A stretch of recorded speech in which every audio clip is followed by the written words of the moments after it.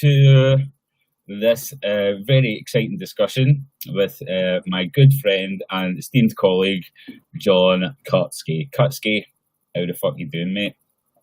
I'm doing all right, Mr. Joseph. How's life? You enjoying the Corona lifestyle? I do. I love it. Still loving life. I cannot lie about it. It's great. It's brilliant.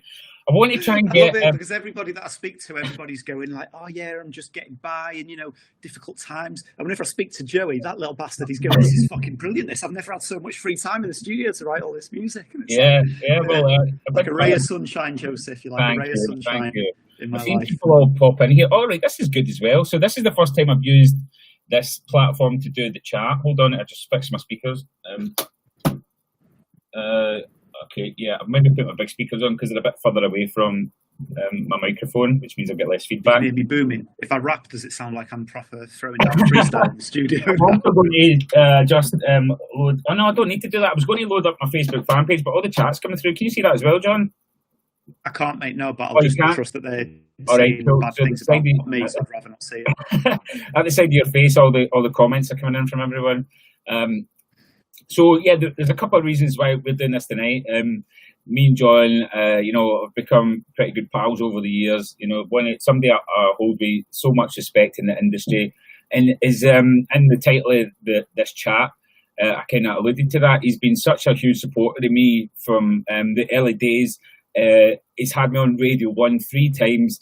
Once as Joey Riot, once for the POWERSTOMP era, and once as Destructive Tendencies. So, I mean, that kind of exposure alone is just phenomenal for any artist. As much as your music can sell you as an artist and stuff like that, if people don't support it, it's getting it out to the larger numbers of people, and then they can decide whether they like it or not. And John, not just with the BBC Radio 1 stuff, but also with Keeping the Rave Alive, his podcast, which has been going, how long now, John? Fucking forever. I think we started it in 2011, so it's like 9 years now, I think. It's madness, really, isn't it? When you think about years. Yeah, and how many episodes have you done? Do you know? I'm literally doing 427. I've been working on today, so it's so impressive, man. So it's like part of me is really proud, and the other part's really depressed. Like, do you want to know something really? Like, me. It's like I can have quite a morbid personality at times. When I was looking at stuff, I was looking at the numbers. When they're going higher and higher, I was thinking one episode, right, is going to be the last episode, isn't it? At some point, one episode has to be the last episode. And I started thinking, will I make it to 1,000? Oh my God. And then I was thinking to myself, it's taken this long and I haven't even got to 500. And I'm like, with the current state of the world at the moment, I'm going to make it to 500. And I started saying to myself, I was like, go back to work, stop thinking about it. You're not even thinking in terms of how long, people like that, how long do you think, how old will you live to? You're like 1,000 podcasts. Oh, no, I'm going by episode numbers. Brilliant. If I make it to 1,000, I'll be happy, man. It means I've got another 10 years anyway. Somebody's saying, why is there half a screen, Joey? There should be Kutski feature on the other half. I can see him on mine. Hold on a second. Let me see if this works a bit better. Okay. Look at that. I like the orange. Yeah, did you see that change in there? So we're kind of in the middle now. I'm going to. Yeah, it's got side by side on it. Have you got a really stern warning at the bottom of the screen saying everybody can see and hear you? So, like. Oh, right, so everybody can see Kutski? Because someone said, why have you got half a screen? Can only see half your face, mate. Yeah, let me know in the chat if you can see Kutski and me. Somebody says, nah, it's just black, mate. Hold on a sec. Have you got your Facebook on handy, John? Could you check? Because I took the app and everything off my phone. Yeah, let me fire it up. Just have a look and see what I hope that's not going to send the world. Somebody says, John, turn your lights on. Comical. I've got a big booming light in the back, which I probably should turn off as well. Well, it has gone black.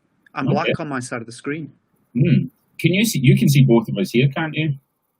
Right, hang on. Shall I try? I can rejoin this again, can't I? Yeah, you should be able to. Yeah. I can see myself on it, but when I'm looking at it on Facebook, there's just like, right. Okay, let me bail out and use that link to come back in again. Yeah. Okay, no problem. Okay, fingers crossed. Let's hope for the best. Fingers crossed. All right. Cool, guys. So, the whole point in this conversation is Kutski, like I say, has played a huge part in my career. And one of the big things that he'd done with POWERSTOMP was open up to a whole world of people that hadn't heard it before. I'll get through some shout outs and stuff in a little bit. Just let me get some information out first, because we've got quite a lot to talk about tonight. I'm quite excited about this. Yeah, so Kutski was such a huge role in my career, like I say, over just Joey Riot, just the PowerStomp era, and also as Destructive Tendencies. And, you know, he started supporting my music before. I mean, like I say, we became good pals now. And that's because, you know, obviously we've been, you know, involved in the industry and stuff like that. But he supported my music before he knew me. So the whole old adage of it's who you know, not what you know, you know, it doesn't ring true at all, because Kutski was bold enough to support my music when I didn't even think it was good enough to get something as big as Radio 1 airplay. So I'm forever in his debt for that. And I'm very aware that that huge light in the background is so blinding, so I'm going to switch off with her. It's pitch black. How's that? It's a bit better. Hold on. The lighting in this studio is terrible. All right. So, like I say, Kutski has been such a. I'm doing my hair in the camera like a right twat. Yeah, it's been such a huge part of my career. And you know, for me, having these discussions tonight is important, because there's a lot of questions I want to ask him about that period in time as well. And hold on a sec. I'm going to try and send this invite to him again, see if it's there's an issue with that. So copy that. I'll get me old what's that up? Boom. Send that over to him. See if he gets on. It looks like a slightly different invite. Okay. I don't know if we can do it while we're live. That may be the issue. While we're live, it's tricky to just jump into the conversation, because it's only me here at the minute, which is very weird. So thanks for everybody's getting involved. We've got quite a few people here. I can't see the exact numbers. We've got a lot of people in the chat here. This new program I'm using on Restream, which is pretty cool. I'm seeing all your messages come through, so thank you everybody for getting involved. This is all to do with PowerStomp, of course. This is PowerStomp 3. It is amazing that we've reached the target. So the target was to make... where is that? Oh, is that him? There we go. If I click you on... Can you see me? Can you see me? Hey, is it working? Now, are you available on... I think if that's that one, that should be okay. Right, let me have a look now. Let me have a little look. Yeah. I'm all Johnny 2 browsers here, man. I got it all on the go. It's like I'm browsing porn again.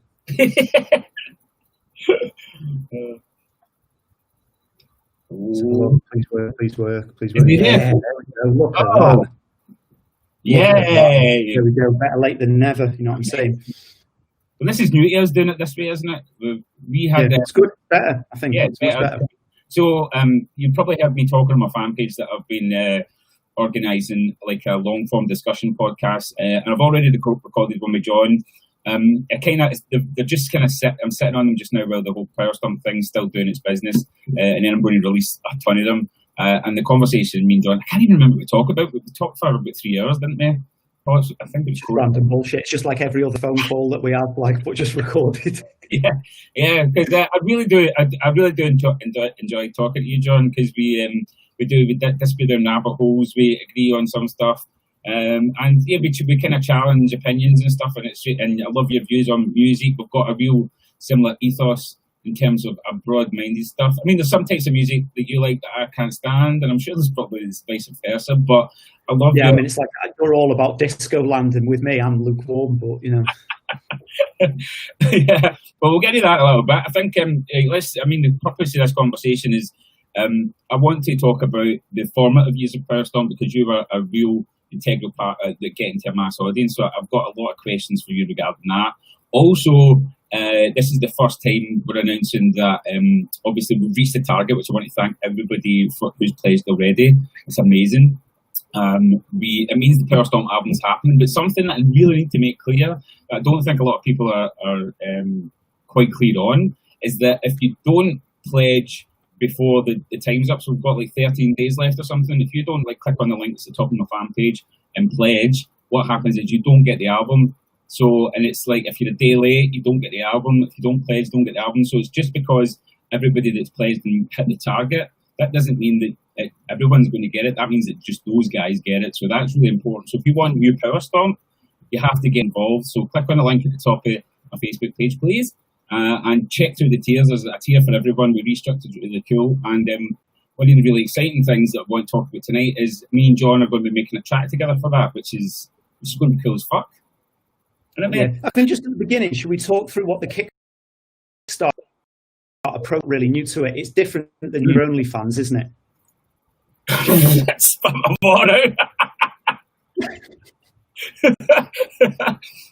Well, I know that you're completely broke. So explain to me. So say I've never heard of Kickstarter before, and I'm wondering what's going on with this process. You tell me, and I'll ask the questions that I think, because I'm like, I've never used it myself, but I've used it to back projects. Yeah. And it's like, and I'll explain why it's important. But I'm going to play the surrogate for the audience here. All right, that's good. Okay. The scrutiny. So tell me, what is Kickstarter and why are you using it to do this album? Okay, so from my perspective, PowerStomp is a huge part of my career. It had its day, I would say. The UK rave scene was up in a bit of a downward spiral. I started a new project in Destructive Tendencies, which was, blew up worldwide and was the biggest thing I've ever done. So it took up pretty much most of my time. I had another project, Men's Crown, which was starting to really blow up. And PowerStomp was, even though elements of that featured in my music, it wasn't something that I ever thought about writing again. But then a chance thing that I'd done with making a little clip, I just, for the sake of it, I threw something together in about an hour or two, it was probably less than 2 hours. I put a clip up on my Facebook page and everybody went mental. And I wrote, the caption was PowerStomp album ? Because I just thought, I wonder if people would get excited by this.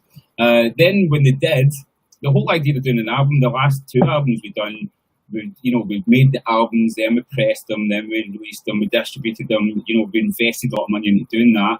But the thing about doing it now is it wasn't my bread and butter anymore. As much as music's a passion for me, it's also a business. And like I said, Destructive Tendencies, Men's Crown taking the forefront. I'm also a teacher at Lisa Lashley School of Music. I run religion events. Not the thought of writing the music, because the whole point of the clip was it was a good, I love doing it, but it was not a financially viable project. So the whole point in Kickstarter is if the people want it that much, then it's up for them. It's for them to decide whether it happens. So pledging on something that they love. So I realise it's for huge fans of the sound.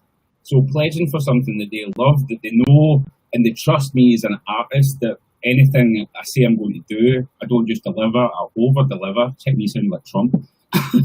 I'm fantastic. So basically, this is what I want to do, is I want to give the album to people, but it's got to be worth my while as well. So as much as that some people might think it's a money grabbing thing, whatever, the PowerStomp album's done phenomenally well in the past. It's sold out, and so I was confident that if the people wanted to back it, that then I would make it.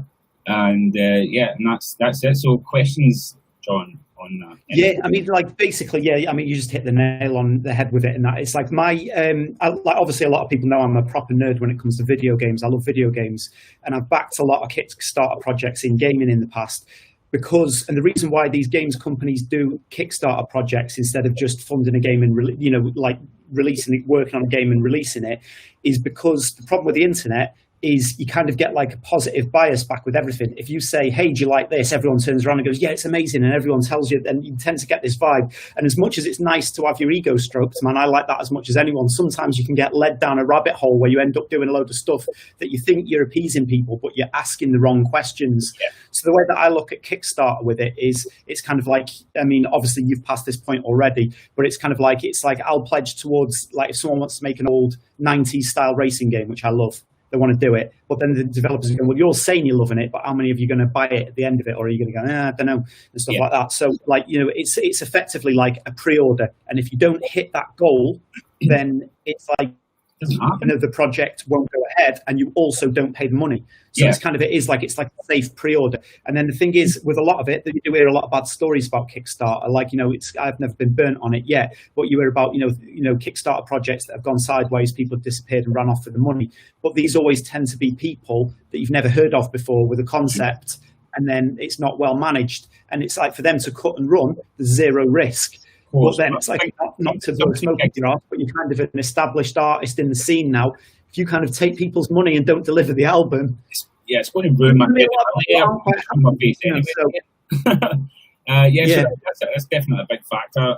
I think that as well, the reason we went to Kickstarter instead of something like GoFundMe and that is that Kickstarter has been adding more and more security, kind of things to make sure that backers don't get had, because nobody gets the money taken off them until the project's over. So like we say, there's like 13 days left. I'm pretty sure it could be a day out because I was off social media yesterday completely. And I've just been concentrating on writing music, which is exciting. That until that period's over, nobody gets any money taken off them, and then it's a case of like, we've hit the target and also need to deliver it. So it's a huge thing. Like, I could literally be taken to court from Kickstarter if I don't deliver. So these things, the people that are doing the projects can be culpable and held to account if they don't deliver. So there's a big reason why I want to do it. I want to give people peace of mind, because obviously the people that have, been amazing and invested in this, they trust me as an artist, and they trust me that I'm going to deliver a third album and put everything into it, because they know me well enough as good fans. But there will be people outside that bubble who maybe like the idea of it and don't know me so well. And I've had some of those kind of comments online and stuff, about that. Quite derogatory ones, which are fine, because I understand that not everybody understands, and that's why we're kind of having this conversation now. If you understand the whole process behind it and how it works, and if you invest, you get product. And the thing as well, when we redone it, the amount of tiers we added and all the different stuff, and even down to asking, because it was just going to be me, I thought, keep it simple, or 3 or 4 tiers, I'll just do all the music, 10 tracks, that'll be it. And then we thought, it was an evolving process, and I'm like, I love working with you, John. Like, we've done a bunch of tracks across different genres. I mean, what we've done hardcore, we've done freestyle, we've done have we done a power stomp track? Pretty much that. Track. Yeah, and the Frenchcore thing, like with we did all Brutali and stuff like. But So before we move on to the next bit, just to put a cap on it, it's like, 'cause I do want to say, it's like with things like this, like the Kickstarter thing, it's like the industry has changed just in general now, where it's like, if like the way that it used to work, if you were an artist with a record label, you'd go away and do say I want to write an album, and the record label would give you an advance, which was your money to live off while you were producing the album. The album gets released, they recoup that money back, and then you take the split. All of that system's gone now, and that's not necessary. It's not like, I think it's, there's positives and there's negatives. We won't go down that rabbit hole. But the thing is it's like now with a lot of independent projects like this, when people have to fund them themselves, same as with making a video game. If it takes you 2 years to make a video game, you can't sit and work a full-time job for free with no income, whereas if you had a publisher giving you the money, but if a publisher doesn't believe in your vision that the fans do, that's why I think Kickstarter, it's this like niche market where it's like, if you have a fan base that want you to create the product, but no big businesses believe in it, you don't need it. It just has to be the artist and the fans. And between it, Kickstarter's like the intermediary that can make things happen. So just to explain, like, I know a lot of people don't really know, and they're thinking that you're just asking for money before the thing goes, without really understanding how the process works. So I hope that's clarified it a little bit. And the other thing is like, I know where Joey lives, so I'll tell you, and then you can go around and get the PowerStomp album yourself if he doesn't deliver. Well, thanks for that, John, for the build. I appreciate it. And I hope that cleared it up for anybody that's not invested yet. If you're on the chat and you've been thinking about it, we have got 13 days or so left. And remember, if you don't get it before the days are up, you won't receive the album. So this is exclusive in terms of the people that invested in it. Sure, you maybe hear us play them at events and stuff, but you won't have that. And there's so many tiers as well. We've got listen to the back catalogue. We've got collectible CDs. You can get the old Power Stomp albums as well. There's a million different variations. You can even write a track with me to get featured on the album. There'll be credits for everybody that invests. The albums are cheap as 19 quid, which is not far off the price of an album these days anyway. And the more that gets invested, the more we'll give. So I really want to give people the best possible album I can get. I mean, just the idea that in half the time we smashed the target has already got me super excited. Now, Kickstarter rules, it's when the campaign ends that you can start working on the project, and it's because I've hit the target halfway. I've already started making music. I'm going to preview the first track that is close to being finished. There's a couple of little tweaks need made, But I worked on the track yesterday, and I don't think did I send it to you? I don't think I did, John. The vocal needs a wee bit tweaking, but I'm really happy with the sound. And yeah, it was one of those. I was like, I'll maybe spend a couple of hours on it, and I was in here all day.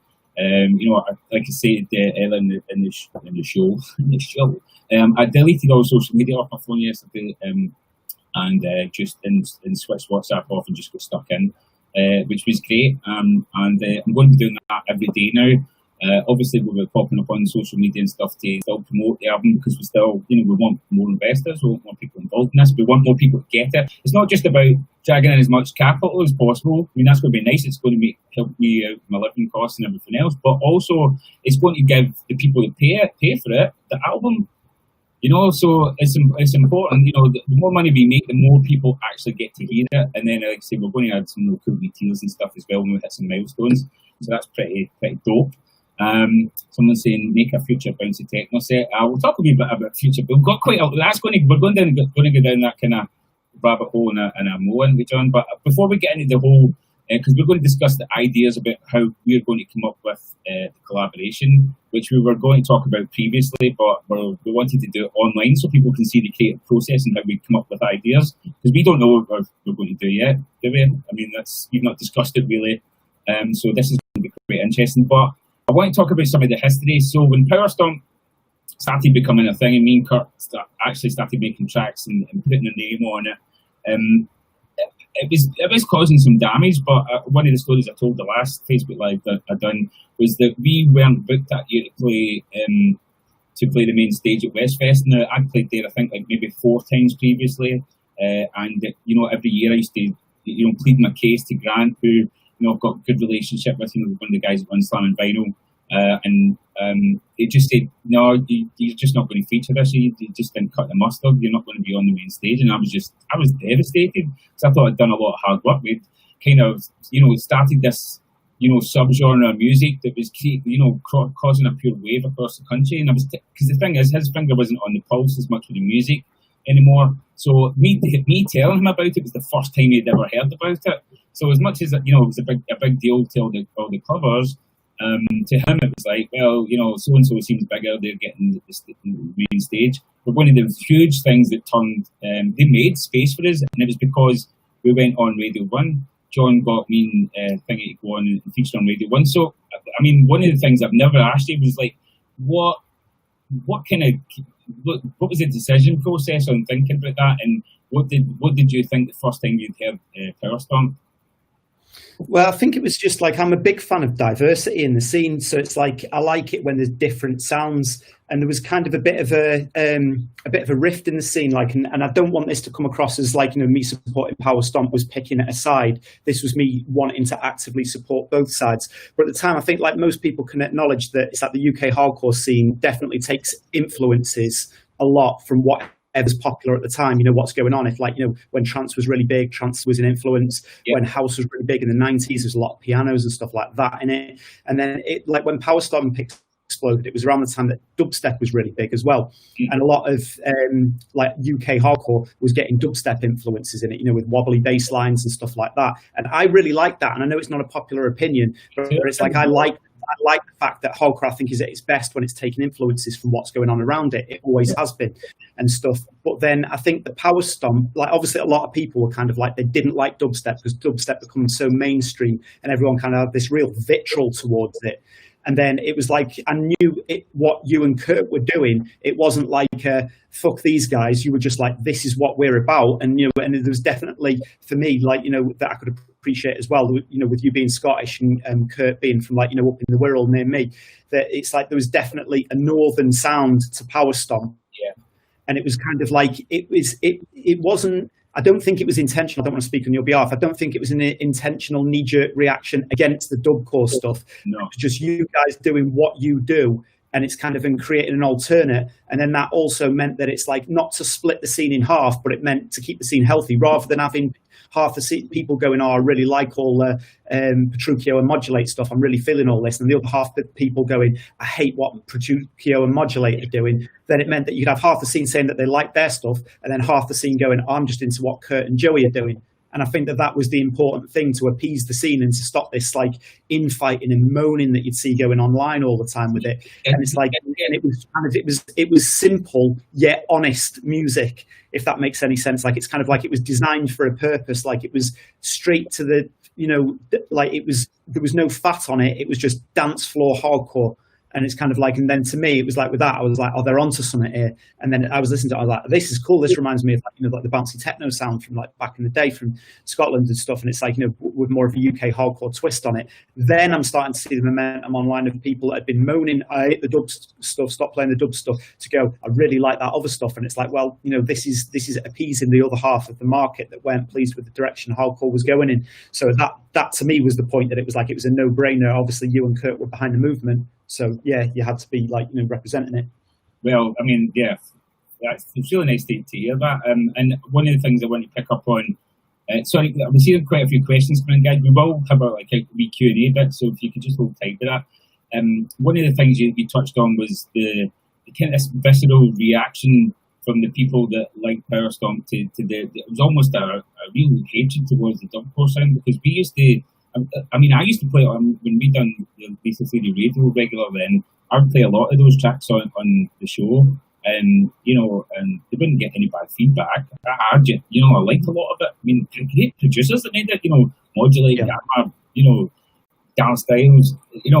Guys I look up to, and I'm friends with as well. And there was points, where even like Gamma was messaging me. He didn't live far at the time. He's just like, what's the problem with your fans, man? Like, he was getting like literal abuse when he'd turn up at gigs off people. Like, why don't you fucking play PowerStomp? And even like in terms of we would put up like a track.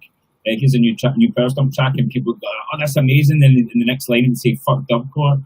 And that's why some of my colleagues and friends who were making that type of music were wondering if we were kind of whether, like you said, was it a knee-jerk making that, or was it that we were kind of feeding the flames or whatever. And I tried to shut those comments down a lot of the time, because for me it's not what dance music's about. When you're on a dance floor, it's us, we're in it together, plotting all that. But it is obviously different behind the scenes, but it's never kind of the reaction that I wanted, to be fair. But to be honest as well, and I can say this now, and I know that people won't get upset. It was part of the thing that pushed it as well, because the passion that people had for it then be getting that emotional about another type of music. It belonged to them. It was JBC that said the best of me after we done a set of Waver's United, where we done In Your Face on the Floor, me and Kurt. And today it's still one of the best reactions we've got of any set we've ever played. He said to me, he was like, I get it now. He said, do you know what it is? He said, like, for instance, if you're a young kid into rave music, you don't want to say you're into hardcore, because that's what probably your parents could have been into. You're young and having something new and cool that's got a name that you can associate with. And he's like, that's what dubstep was as well, because people were like, I'm into dubstep. It's like when I got into hardcore, I was into bouncy techno, I was into hardcore, and like, my parents didn't understand it, my big sister didn't understand it, and that's what I loved about it. Other people didn't understand it. This is mine. I don't need you to understand it. I don't want you to understand it. You're old and boring. Do you know what I mean? And that's what I think happened with PowerStomp, because the movement at the time, and a lot of people that are probably here in the chat as well will testify, it was the peak moment of your raving career. For a lot of those people who, in their late teens, early 20s, and I'm sure there's some older who are veterans in the dance floor, but the biggest crowd that were into that were of that age group, and they were so passionate about it, and they drove it forward immensely. But there was also that knee-jerk reaction to the whole dubcore thing, which had left a bad taste in my mouth. But it was part of the success of it, and it's a weird one. It's a weird dichotomy. Yeah, I know what you mean with it, but it's like I do think with things like that, like sometimes it's like with a lot of things in life, it's like there can be good and bad out of the same situation, and you don't have to distill it down so that you've made sense of it all. I mean, it's kind of it is what it is to a certain extent, and I think it's like hardcore's always been this underground rebellious music. I mean, I'm the same bit. Like now I'm involved in the scene, and it's like I'm a bit older and I've listened to so much different music. I've got this really diverse palette and taste, and this like eloquent way of making my argument that diversity is a good thing. But when I was 16, if you didn't like Bonkers and you were buying Ministry of Sound albums instead, fuck you, man. Yeah, totally. I don't care. what you're doing, that's just fucking, you're just listening. And it's like, I was that same like activist when you're just like, ugh. And it's like, that's what I, you know, at the same time is like, as much as I try and channel the energy into a more positive debate, that it's like kind of, I love that raw defensive-ness. You know, every now and again you'll see somebody pop online, like some, I don't know, like, I don't want to pick trance as a bad example, but I've seen trance producers before kind of like say that hardstyle bullshit as a passing comment, and they have no idea what's coming their way for like the next week on Twitter, because people are like, oh, you want to start a war with hardstyle? Okay, right, here we all are. And they're just, and then, you know, because they could say it about techno and people just be passive, say about house people be passive. And it's like, that's what I love about our scene, but it's like, you know, I think that we kind of need to dial back the infighting a little bit sometimes. Yeah, I think you definitely hit the nail on the head there in terms of it is, our fans might not be the biggest, but they're the most passionate. And I was the same when I was into hardcore. You know, just what you were talking about, how you were, you know, I would, if I was, you know, a kid getting into POWERSTOMP at its heyday, I would have been the same. I would have been fuck dubcore. I would have been, you know, whatever. And even if I was on the other side of the fence, like dubcore, I'd have been fuck POWERSTOMP. You know, I would have been that guy, 100%. I was that guy. You know, there's no two ways about it. It's really interesting to hear. And obviously we featured on like the Keep the Rave Alive podcast as well. I can't remember if that was before or after the Radio 1 show. Can you remember? I think it was afterwards, I think. Yeah, it might have been. But I remember coming down to London, and obviously I had the advantage of being there already once with you. I mean, I thought, what year was it I first came down? Was it 2009 or 10 maybe? Or maybe before that? They all blur into one now, man. Just like, yeah, it's difficult, because POWERSTOMP one would have been, I'm trying to think, because it was the same, obviously the same year as that Westfest, so it would have been, I think 2011. Ah, man, it's gone. That's I think I remember which year it was that you were doing that, but I can't remember the year name. But the reason why I remember it, this just goes to show like what a dickhead I am at times, is I remember me and Alex Kidd were opening on the main stage of Westfest for that one before you were on later in the day. And I remember we were playing back to back. You know, it's like at the start of it, it's like it's pretty empty, isn't it? Yeah, and it's like so me and Alex are just playing tunes and people are starting to come in. It's good. And somebody was doing like a live PA. I think it might have been Friction, like one of the drum and bass guys is doing a live PA after, and he had like, you know, like all the keyboards set up. Yeah. And we were playing a track that had like pianos in it. So I'm just like stood by the side, like nudging Alex, like pretending to play the piano over the top of it. And I'm not touching his equipment because I'm not that much of a dickhead. And then just like this guy like pops up from the table and goes, yo, can you leave my shit alone, man? I'm like, yeah, sorry, man, sorry. Yeah. Oh, yeah. I still think it's like, yeah, I was like, ooh. Maybe not. So I remember it was that Westfest thing, because I remember you doing the POWERSTOMP thing later on in the night on that. Yeah, and that was absolutely mind blowing. So I mean, that obviously wouldn't happen. I mean, things have a weird way of you know, snowballing, so it was quite interesting here, because obviously featuring on your shows were a huge part of us getting on that stage, which then we released the album the day after the first POWERSTOMP album, which then went on to sell out.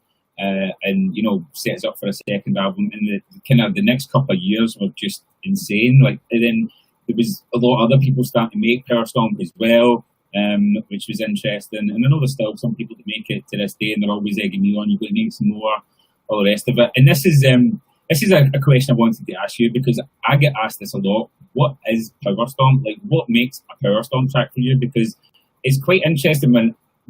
Well, let me hear your side first before I.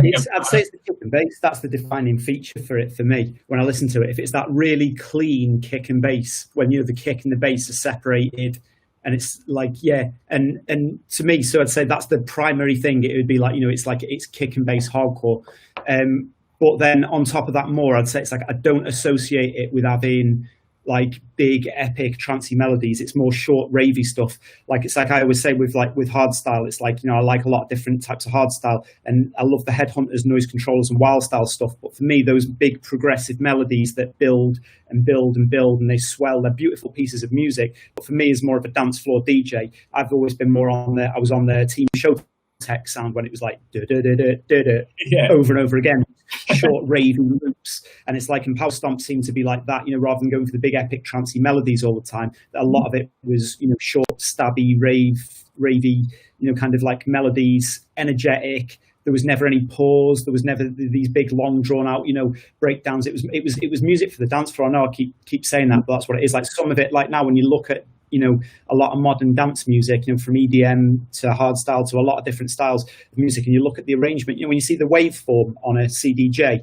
and it's like you can see like a little intro full of beats, and then you can see like a huge break, and then a little drop, and then another huge break, then another little drop. And I'm thinking 2/3 of this track's breakdown. So is it dance floor music at that point? Whereas I think with PowerStomp, that was purely like, okay, this is music for the dance floor. Yeah, well, we had a really a funny conversation, man. You've got me up so many times, John, but we were talking about big hardstyle breaks, and you were saying how, you know, you sometimes edit tracks down because you were saying about like playing some, it might have been a Headhunters track or whatever, and you know, a small club in Swansea. There's like 6 people there, in the corner with a dog, and the breakdown comes, and you just hear somebody going. This is the point of it, and this is not me trying to throw shade on the producers. This is me throwing shade on like the type of clubs that I like to play the most. It's like if you're writing these big, you know, epic 2.5-minute breakdowns that are just going to go on and on and on, they're writing them breakdowns because they're playing at a festival with 15,000 people every weekend. I'm playing at a club at 5 a.m. in Swansea to 15 people, and if I play a 2.5-minute breakdown, half of them are going to go outside and smoke, leave, probably never come back, get talking, try and pull a girl, so, you know, something like that. It's like, so it needs to be like, it's like, oh no, you can't leave because it's the next drop, and it's the next drop, and it's the next drop, and it has to keep moving and keep propelling it all the time. That's what I'm looking for in music, and that's why I think as well PowerStomp resonated with me as a DJ as well. Yeah, you brought up a point where you said like the stuff that in hardstyle that you know, got you going was you know, the fun tracks like Show Tech and stuff like that. And I don't know if you're aware, but I probably said this to you before. When we started, before PowerStomp was called PowerStomp, and me and Kurt were just in a real place where we were not happy with the direction hardcore was going on, and it was really experimental stage. There was a lot of like minimal bassline drops, but I think a lot of producers were bored of the trancey thing, you know, the big riffs and the vocals and everything. We're trying to do something different and be a bit cooler, but we were all hitting and missing basically. And me and him were both really into, you know, the kind of reverse bass, fun, show techie style, hardstyle tracks. And a huge one for us that we just played over and over again when we were going to gigs was The Builder, Her Voice, the super bass mix. Yeah. Again, that melody, it's like the power step by Kurt. It's literally the same melody and a different sound. And that thing, we used to time stretch those tracks in Time Factory. I don't remember that plugin, Time Factory standard. I did time stretch stuff, and all the kick drums would be phasing, and it sounded mince as well, and it's sped up that much. And you know, we'd have a 140. Maybe, I mean, that's when hardstyle was a bit slow. You get like a track at 140, maybe, or 142, and you'd then speed it up to 170, but then you play it at 180. And I mean, we were clearing dance floors, literally clearing dance floors. And it was me that said to Kurt, I was like, listen, we love this and we kind of want to go in that direction. Like, let's start actually making tracks at that speed, because there's only so much you can do speeding a track up. It's not translating on the dance floor. That's what we found out. So as much as it started off like, let's just play this cool track in a set and see how it goes down. I mean, very much like you in a sense, John, take risks as a DJ. You want to play something that's out the box, and that's something I've always admired about you as a DJ. You are so diverse. You play stuff that a lot of other DJs wouldn't do. Because, I mean, a lot of them are producers as well, and they play it safe. They don't really know how to DJ. You know how it makes them, they're casting no dispersions down in there. But for me, a DJ is a person that is a wide variety of music, is prepared to take chances, educates the crowd, and plays tracks that people maybe not expect to hear, and maybe think, oh, I wouldn't like this, but you play it in the right context at the right time, and you wreck the place. That's something that you've always done, and we, you know, I've always emulated that, I guess. But I mean, I think that's a good thing that you were saying, because it's something that not a lot of people are prepared to admit about, like clearing dance floors and stuff. But if you speak to a DJ and they're like, oh yeah, no, I never clear it, I always smash it, and it's like at some point you're going to hit a rough patch in your set somewhere in the world where you're playing, and it's like, and it's not going to be going well for you, and you're going to wish that you'd cleared dance floors, because it's like the amount of times that I'd be going into a club like, you know, Billy Big Balls when I was a kid, like going in there, I'm the new fucking DJ that does scratching, you watch me, like, and everything, go up there and realise that no one cares, and the club was going empty, and I'm just there playing, oh, but listen to this new Uber Truck record that I've got, to a hard house crowd, and they weren't getting it, and everyone was going to room 2, and it was embarrassing, and I've had this, and like, you know, kind of like lived that through. But then the thing is, then slowly you're in that situation, then you do something once, and you figure you take a risk once with something, and that starts bringing people back, and then you go wrong in another way, and then you figure out how to recover the dance floor back for that situation. And that's when it starts to be like, you know, like the crowd psychology, where it's like you can look at it and you can see, okay, I want to play some more experimental stuff here, but you can see how far you're going to get, because you can see when you lose in interest, then you know you need to go big tune to get them back, and then maybe take them in this direction. You know what to do. You've got to know where the limits are, where you don't step over the line so you start to lose it, or to like get, or, you know, kind of to play safe for the first half of your set until you've got them hooked, where they're like, I like what this guy's doing. Then they're going to have more faith in you to go off in different directions later on. And all of that only comes by being a terrible DJ and clearing dance floors. So it's, you know, kind of people can pretend that they've never had that. I'm proud of it. Like, I wish I had got that bit of advice, because I always used to try stuff out, and I think, you know, I learned later in my career that it was important to draw the crowd in first with maybe stuff they knew, or you knew that worked on other dance floors, and then you would, in between maybe two big tracks, you would throw out something really experimental in, because you knew that at least if this wasn't going down well, you could mix out it quickly. That's the power you've got as a DJ. You can mix out it, and you can play something else. But when the first time I got booked to play the Tidy Weekender, it was actually one of my very early sets. I played at Bible Light in Bradford. That was my first really big set, after playing on Pure Dance Radio. I think it was on Sky Telly through Bible Light. And then Briss came up to me about 3 tracks in, and he was just like, "Who are you?" And I was like, "I'm Joey Wright." And he's just like, "Do you want to play a Tidy Weekender?" And I was just like, "Oh, yeah." He's like, "How much are you?" And I'm like, "I don't know, like 50 quid.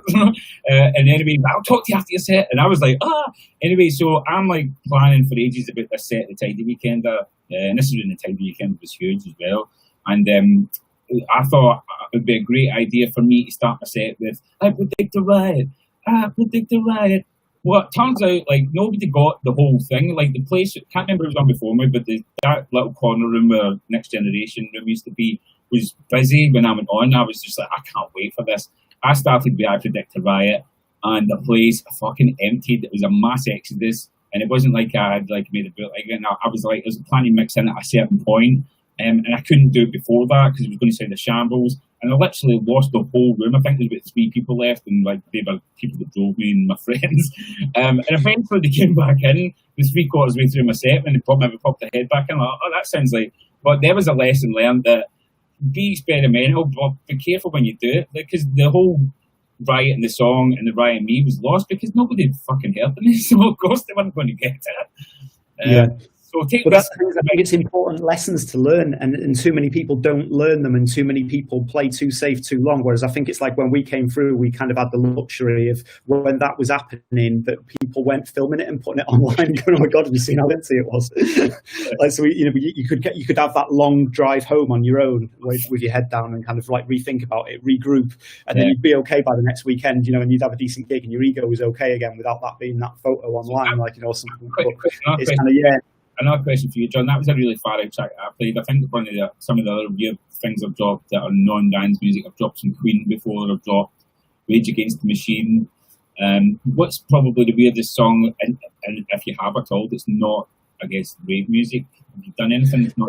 I used to go through a stage of being really kind of weird with playing stuff. I didn't even really think about it, but thinking about it now at the time, it's kind of like now you'd be trying to make an edit of it or something. But it was like during like the vinyl days and stuff, and it's like I had, which was the old Techno Boy and Tune Boy track, was it Beauty and the Beat, that goes Soft Cell, Tainted Love. Oh yeah. And it's like, you know, kind of like, and it had all the percussion in it, but then it dropped, you know, and it had a vocal, you know, going, "Excuse me, nine names on the list, what list?" The DJ list and stuff. And then when it got to the main break, when the thing was, it like kind of like, you know, it went to silence.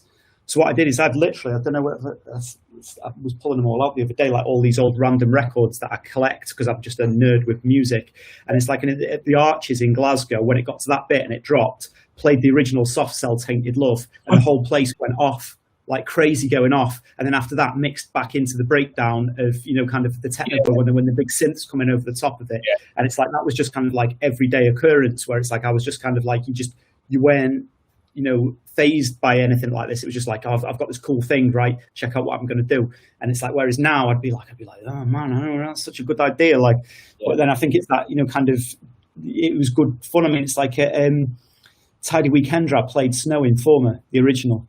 Oh wow, watching. Because I had the 200 BPM Gabba remix of it by Shitmat, and I needed it as a bridging thing. And so I played House of Pain, Jump Around, because I knew that I'd get a big reaction. Then cut into Snow in Former, and people were like, what's he doing here? And then mixed into the 200 BPM GABA version of it. And then it's like, it's this like wild journey full of records that you could do. Wow. It was fun before, like obviously Ableton Live's like, it's a godsend for being able to make quick mashups and edits and stuff before you gig in your hotel room and stuff. But it was one of those things that if you wanted that effect back in the day, you had to go and buy a load of random records and get good at mixing. Yeah. And that was tricky. So it could be really hit or miss. But that was a period in my career, especially at the start when I was really experimental, and I always kind of went on a journey, and I would slow stuff down in the middle of the set, and it was classed as a hardcore DJ. I would always kind of go in a different direction, but Power Stomp was something that I guess one of the reasons, and I want to be honest here, a big reason why I stopped making it was when we were being booked for sets, it was no longer like people were asking, can you do a Power Stomp set? I'm like, yeah, cool. And then it was just like, you were just expected to play that, and if you played outside that wheelhouse, if you played anything that wasn't Power Stomp, people would react badly. The fans of it would react badly because they were so into it. Like, I couldn't be Joey Wright anymore, literally. That was one of the problems for me. Like, I couldn't end my set in GABA. I couldn't slow down to hardstyle. I couldn't drop drum and bass anymore. People would freak out, especially, the Power Stomp sound was really big in the north as well. It's big everywhere in the UK, but, people didn't want to hear the other stuff that I had to offer, which, for a DJ, I don't know if you've ever been through a period like that where you kind of get stuck into one line of music. Have you Yeah, I played a couple of gigs like that, like more internationally, when you just kind of booked because they just think you're a decent name and people don't really know who you are. And I've gone there and I've played what I know I need to play to make it work in the beginning, and then think I'll catch them on the hook. And then it's like, and then I can play whatever I want. And it's like, but I've had certain gigs where it's like every time I try and deviate from hardstyle bootlegs of EDM records, every time I try and deviate away from it, people just leave. Then you start playing the EDM record remixes again, and people come back, and then you try and deviate and leave. And it's like, there's nothing I can do here than just like, because at the end of the day, it's like a lot of people say like, oh, you shouldn't do that. You should be true to yourself and what you want to do and stuff like that. At the end of the day is, the promoters booked you and flown you across the world to keep the dance floor full. And it's like, there is an art to DJing, and it's like, and I don't have any tracks with me that I don't like and don't want to play. But sometimes you do feel like a little bit like I didn't get to do the full gamut there. Yeah. It's like a little bit disappointing, but that's, that's kind of like part of being a professional, really. Sure, yeah, I think you need to. A lot of people forget about that. I see, some DJs who are more producers who tend to DJ, and they don't play these safe sets. And if it doesn't go down well, I mean, they're not looking up anyway. They struggle. Yeah. They don't know where else to go. And without blowing our trumpets too hard, we might not be as big as some of these guys because obviously they've got huge productions and stuff. But knowing how to keep a dance floor from the years of messing it up, basically, you learn your craft, and you know that you've got an arsenal of tunes in your record box, your USB as now, that's going to, keep people there.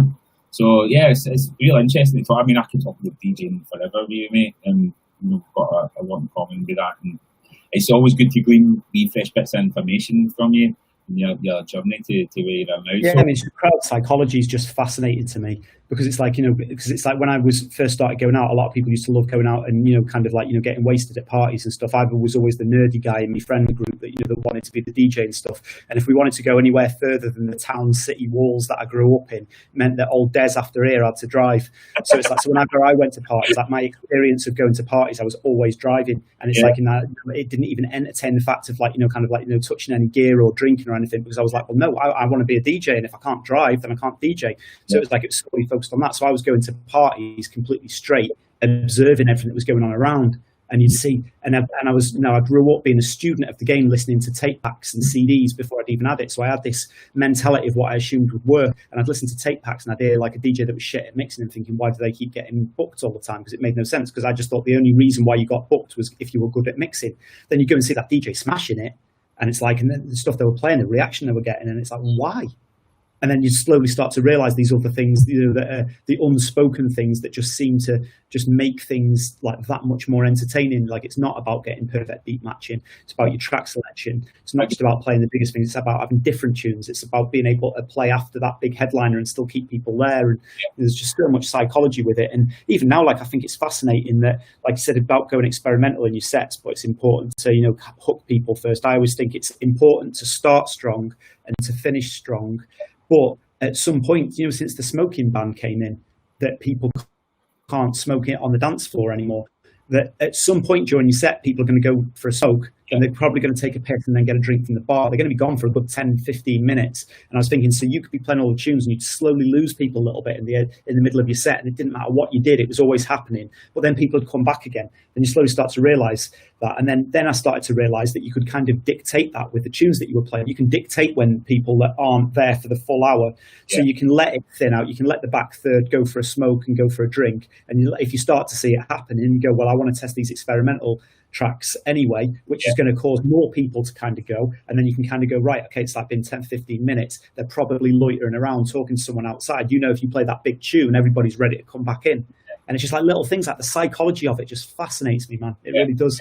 Yeah, I mean, there's very few DJs I have these kind of conversations with. I mean, that's my kind of way of thinking. I do really study the dance floor in terms of that. And, you know, one of my, especially when the smoking ban came in, that was such a huge thing. I remember playing a gig in Perth up in Scotland. I think it was the Ice Factory up there or something.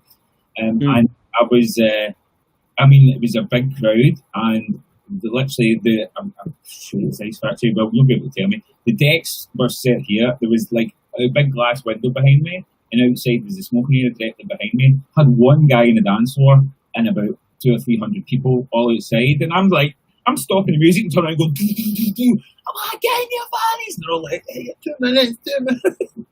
I'm like, fuck's sake. Absolutely shocking.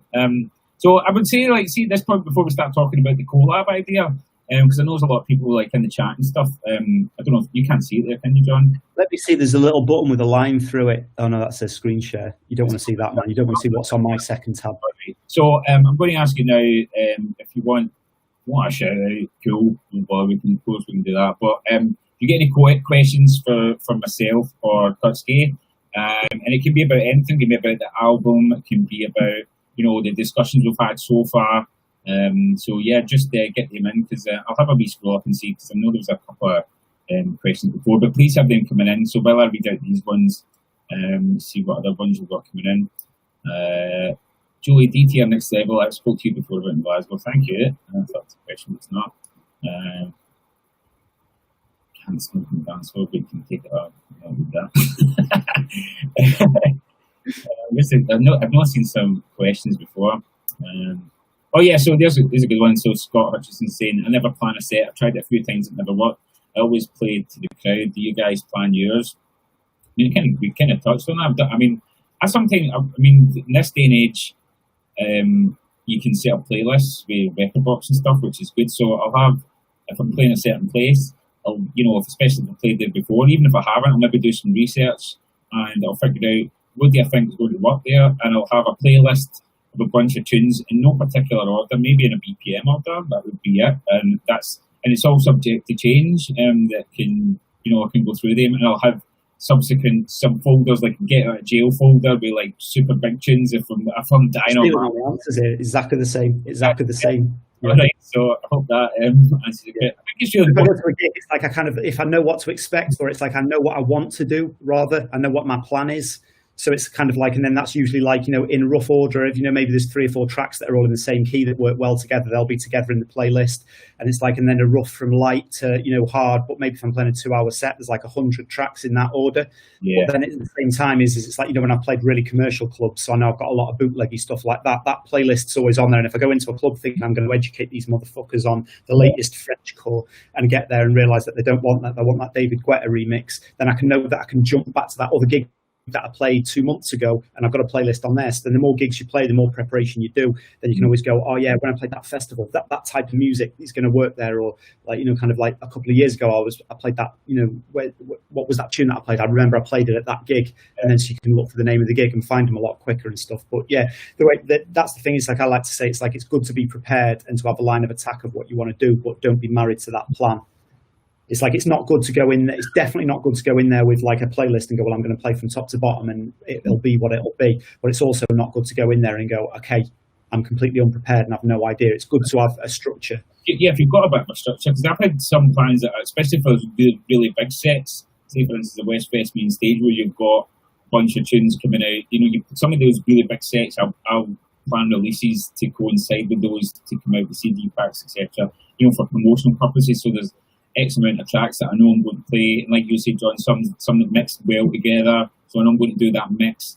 But it's got to be subject to change, because sometimes you play a tune and you, especially if you're doing back-to-backs, which I've done with Kurt quite a lot, and I've done with you, I really enjoy your back-to-backs, because we always say one tune each, let's just see where it goes, and you kind of, it's the one-upmanship, almost, you're like, oh my god, as if he played that, and look at the fucking dance floor. You have to think on your feet and decide what you're going to play. That's what I do really enjoy. I mean, some it's like playing a game. It's like DJing at home. Like, that's the concept of going, like, completely in, kind of like when you're just at home and you're pulling out a track, and you're not thinking 2 tracks ahead when you're playing at home. And that's what I kind of like about it. But that's why it's like, I think there's some kind of like weird chemistry with certain people that you work back to back with, and other people that it's like you really like, good friends, love their music and stuff like that. But sometimes you just don't get that chemistry with the back to backs. Yeah, and I think, and it's weird, and it's like, sometimes it's like you can't explain it. It's just, it just doesn't seem to click. Yeah, I mean, sometimes people are going to play these tracks in that order and this. I mean, without, again, casting too many dispersions on DJs, it's not my style, but you see DJs that will play the same set at one club, and then you see them at the next venue and they're playing the exact same set. I mean, I might still play a lot of the same tracks, and it'll be in a different order, because I'm thinking about the dance floors in front of me and how they're reacting, because you play one song and I'm like, oh, I know what they're going to go mental to next, and before you do that, the better you get it figured out, and then when you play it and you go off, you're like, yeah. The other thing is it's weird, like, not to get too into the weeds with like the technical stuff like and that, but it's like, I think both me and you, we mix very quickly and we don't play too much of the same songs. Sometimes I play back to back with people and it's like they look offended if I mix out of their tune early. And also it's like I'm playing a tune, I'm like, wait for this first drop, it's going to go sick, and then it goes thing, and they're like, what does the main break do? And it's like, I don't know, I've never fucking played it that long. And it's like, and then they'll let it play and it's this boring thing and it's zaps the energy, and I'm like, dude, just mix out of it. I'm sorry. I think it's more like with me and you, it just goes without saying that we're going to mix out of the tune with the first opportunity that we can, unless the other person says, hey, let the break run. Cool. So keep your questions coming in. There's another one. It's not really a question, but this is something that I'd like to ask you. We may have touched on this before in the discussions. Gary Dudley saying the new style intros are seriously boring to mix. As someone who is probably known as a hardstyle DJ, although you do play a lot of music, what's your take on the short intros? Because you're a DJ's DJ. For me, you're like the ultimate DJ. You're probably the best technical DJ in you're not possibly. You're technically the best DJ in hard dance. I think maybe Gammer's maybe up there with you, but there's nobody else that comes close. That must, for me, I love a longer intro that you can mix with, and we won't get into this too much because I think that people that don't know about DJing potentially get that pulled off their tits. But these short intros, there's not a lot to mix. So I can explain this really easy, right? So this makes sense for even people that don't know anything about DJing, right? You listen to, have you noticed when a hardstyle track goes, it goes boom, 1, 2, 3 of silence, then in a world where a man ran out of a car, and it's like just for example, like, but then it's like every track starts like that, whereas it's like you have like kind of like 8 bars of claps. And then a boom, stop to silence, then the track starts. And then if you listen to the end of the tracks now, they're all full, everything's in, all the melodies are in there, and it's just like psh, at the end, and it ends. Yeah. So literally, all you were doing is mixing in them claps, but them claps are so quiet compared to how full the rest of the track is. And there's nothing identifiable about those claps that you're going to go, oh, that's that next tune coming in. So literally now, we may as well just be playing radio edits where one track finishes, we start the next from the breakdown, because literally the bit that is mixing, it's doing nothing. It is doing nothing. And this is like, and this isn't me trying to throw shade. This is like just boiling it down to what it is. And it's because most DJs now are producers, and they don't really care that much about the art of DJing anymore. They care about production techniques, which is, totally, everyone's got their own prerogative of what they're up to, and that's absolutely respectable. So they're making tracks that fit to their needs, where they're like, well, I need some kind of clap just so I'm doing something to get to one to the other, because people will hate on me for just pressing play. Like, so that, for me, trying to be a technical DJ, it's like, it's not giving me very much to play with there. But that's also part of the challenge, because I really like, like hip-hop DJing and Eurodance records and stuff like that. And they weren't designed with DJs in mind, and you had to find creative ways to put the tracks together, mixing from the mid-intro and stuff like that, re-editing in Ableton Live, which gives you that kind of like thing. So it's like, I like it because that causes me to have to really think about how I'm going to put these tracks together. And also I want to reiterate that as much as we talk about like, technical aspects and, real DJs play vinyl and all these other things like that, 95% of DJing. The most important things is playing the right tracks at the right times. Yeah, 100%. It really, so it's like, so at that point, it's like, it's kind of, it would be nice if there was more to, you know, play with it, but then that forces me to be more creative with what I want to do, which I appreciate, because otherwise it's like, you know, you just get stuck in a rut and kind of with it. So it's like, it's more challenging for me, which is cool. And it's like, and it's not, I am honestly not throwing any shade on people if they did just wait for a track to finish and start the next one from the breakdown, because if they've got the room eating out of the palm of their hand by playing the records, they're doing their job. Mixing is like, the idea of mixing was to be able to get from one track to another without people realizing that it stopped. So, you know, normally it's like, you know, kind of you'd finish Kylie Minogue, The Locomotion, and then they'd play the next track. And when one fades and the other one fades out, half the dance floor walks off to get another drink.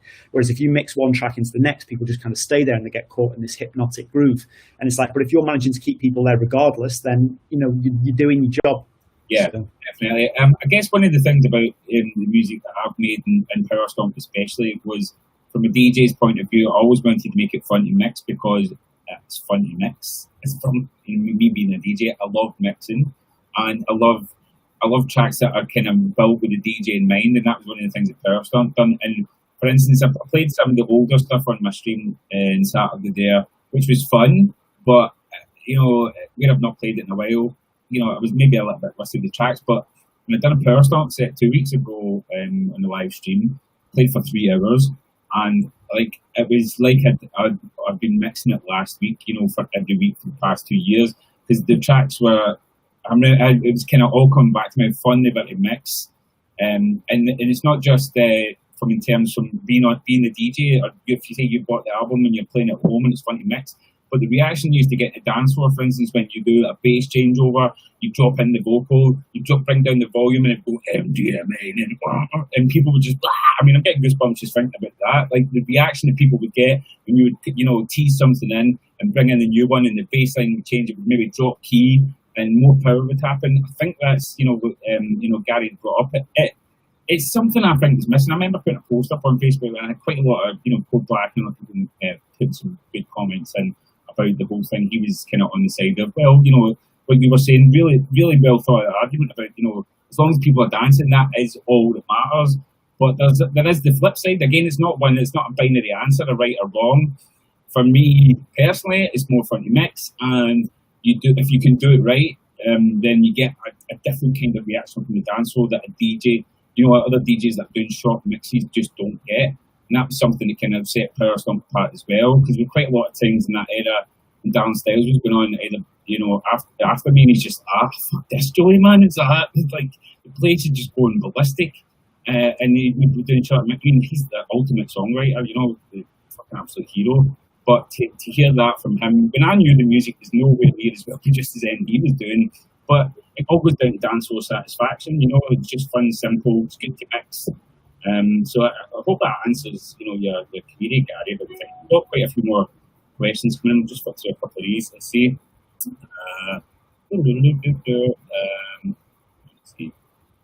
Okay, here's Chris Tambarini saying, both of you have a real passion for LA hardcore.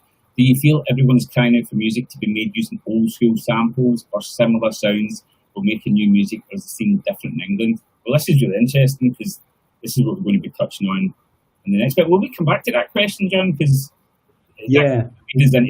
that's really relevant to what we were we spoke before, like 5 minutes on the phone, and it was just something that we kind of mentioned in passing, wasn't it? Chris, we might not directly answer the question, but when we start doing the next bit after the questions, it is going to be really relevant to what you just asked. So what else have we got? Someone saying, I'm bored DJ now, I need help to make tracks. Yeah, that's the next step, I guess. You are fucking amazing, John Kutski. I'll do that. What else we got? Question. Some of the big posts about that's the question. Just some respect, which we appreciate. Your straight driving baseline intros with all that noise and local chops. Yeah, are the way forward. They mix amazing with literally anything. Yeah, of course. Yeah, so quite a lot of lovely, respectful comments there, which we appreciate. Thank you very much. I think we'll get on to the question from Chris, which leads us into our next part of the discussion, which normally we would have this on our own, you know, whether it be online or on the phone or sitting in the studio together. When we're coming up with an idea for a track, so I've obviously asked you you want to do a collab for the album? You're like, fucking right, let's do it. And we were like, we need to come up with an idea. I asked you if you could maybe come up with you've always got loads of ideas and bits and pieces lying about when we do collabs, and I was like, maybe you can come up with it, because I've got obviously a lot of tracks to write. It'd be great if you could take on the idea. So, guys, I've not heard this yet. This is the kind of discussions that producers have in private, and I'm pretty sure it might have happened somewhere, but definitely not in Hard Dance. There's never been people getting the idea for the track together, like live. Have you ever heard of this before, John? This is probably no, that's what I was saying. It's like when we were talking today, it's like, kind of like, so what should we do? It's like, well, I think we're both quite transparent. Neither of us are trying to hide anything about what we do. And it's like, kind of, so I think it'd be really fun as well, because it's like, it might be fun to watch us kind of come up with a brainstorm idea and a skeleton idea for a track, and then you listen to the track on the album and it's fucking nothing like it because it took it in a different direction. So it's like you literally never know where things are going to go, but it'll be interesting to go back and see this discussion and then compare it to what the actual final track is. I've just got someone asking, how's the POWERSTOMP album going ahead now? I'm brassic, but I've not been followed, but 100% want to be involved. Again, I'll just explain it one more time super quickly. The album is going to happen. I've already started making tracks. Me and John are sitting discussing our collab idea now. But like, people have only got until the time limit's up. So that someone asked about the target earlier. There's two targets. There's the monetary target to make it happen, and you've got to do it within 30 days. So anybody wanting the project, anybody wants the album, you have to buy it before the time's up. So if you miss the payment date, which is in 13 days, click on the link at the top of the page. You'll get all the information at the top of the chat on my Facebook fan page. And if you invest before the time is up, and again, you can invest as little as 19 quid, that you can go crazy with all the other tiers. Then you get the album. If you miss out on the day, you miss out altogether, which is not good. But let's get on to the idea. So John, obviously I said you can take the lead with something, and you've got right. Yeah. So we'll start off with a little bit of psychology. So POWERSTOMP was massive, but what year would you say it was really peaked? Well, yeah, the year that I guess we were on Radio 1 and West Fest. The ballpark, we're talking about like 2009, aren't we? No, because that's when I've done Hardcore Nation album in 2009, and the music was a lot different then. So it's got to be 11, 12, because it was the tail end of 2011 probably. Yeah. Radio 1 and the thingy, and then 12 is mental, and I think it was the end of 12 or the beginning of 13 when we done the second. Yeah. So it's like just to establish that it is like, it's well over a decade ago, and what worked on the dance floor and what people wanted a decade ago is different than now. So I think the first thing we need to decide is, do we want to make a track that's relevant to today's dance floor, a modern day take on POWERSTOMP, or do we want to go back and write the definitive track from because it's like, and I'm not trying to jade the conversation one way or the other, because part of me is going, I really want to translate what POWERSTOMP was, but I want to translate that to today's music. That seems like an interesting approach. But at the same time, is people are backing this because they want more POWERSTOMP. So do we just deliver more of what people are asking for? Why are we trying to reinvent it if people have already spoken to say that that's what they want? There's a couple of things in my thought process about the album. I'm definitely going to do some straight up POWERSTOMP from my perspective, because I've got a lot of tracks to write, obviously on my own. I'm going to do some real typical ones from the time. Obviously, I've had 10 years of production experience since then, and working with some of the biggest names in the industry, and learned so fucking much. Difference in the quality of productions I've done from then to now. It's going to be as fun and energetic, but I will do some, like you say, credible in the box. That's POWERSTOMP from that era today. But I'm also going to do what I think what a new POWERSTOMP track should sound like. My take on it. I'm going to take the elements from it and make something that is relevant to today's dance floor. Because there's some stuff I'll play out, when I play overseas in Mexico and whatever. I'll drop the POWERSTOMP track in. Some it works, some it doesn't, because the production maybe doesn't stand up as much as the new stuff we're planning on making. But I think it's got to be both. I want to please the people that are buying the album.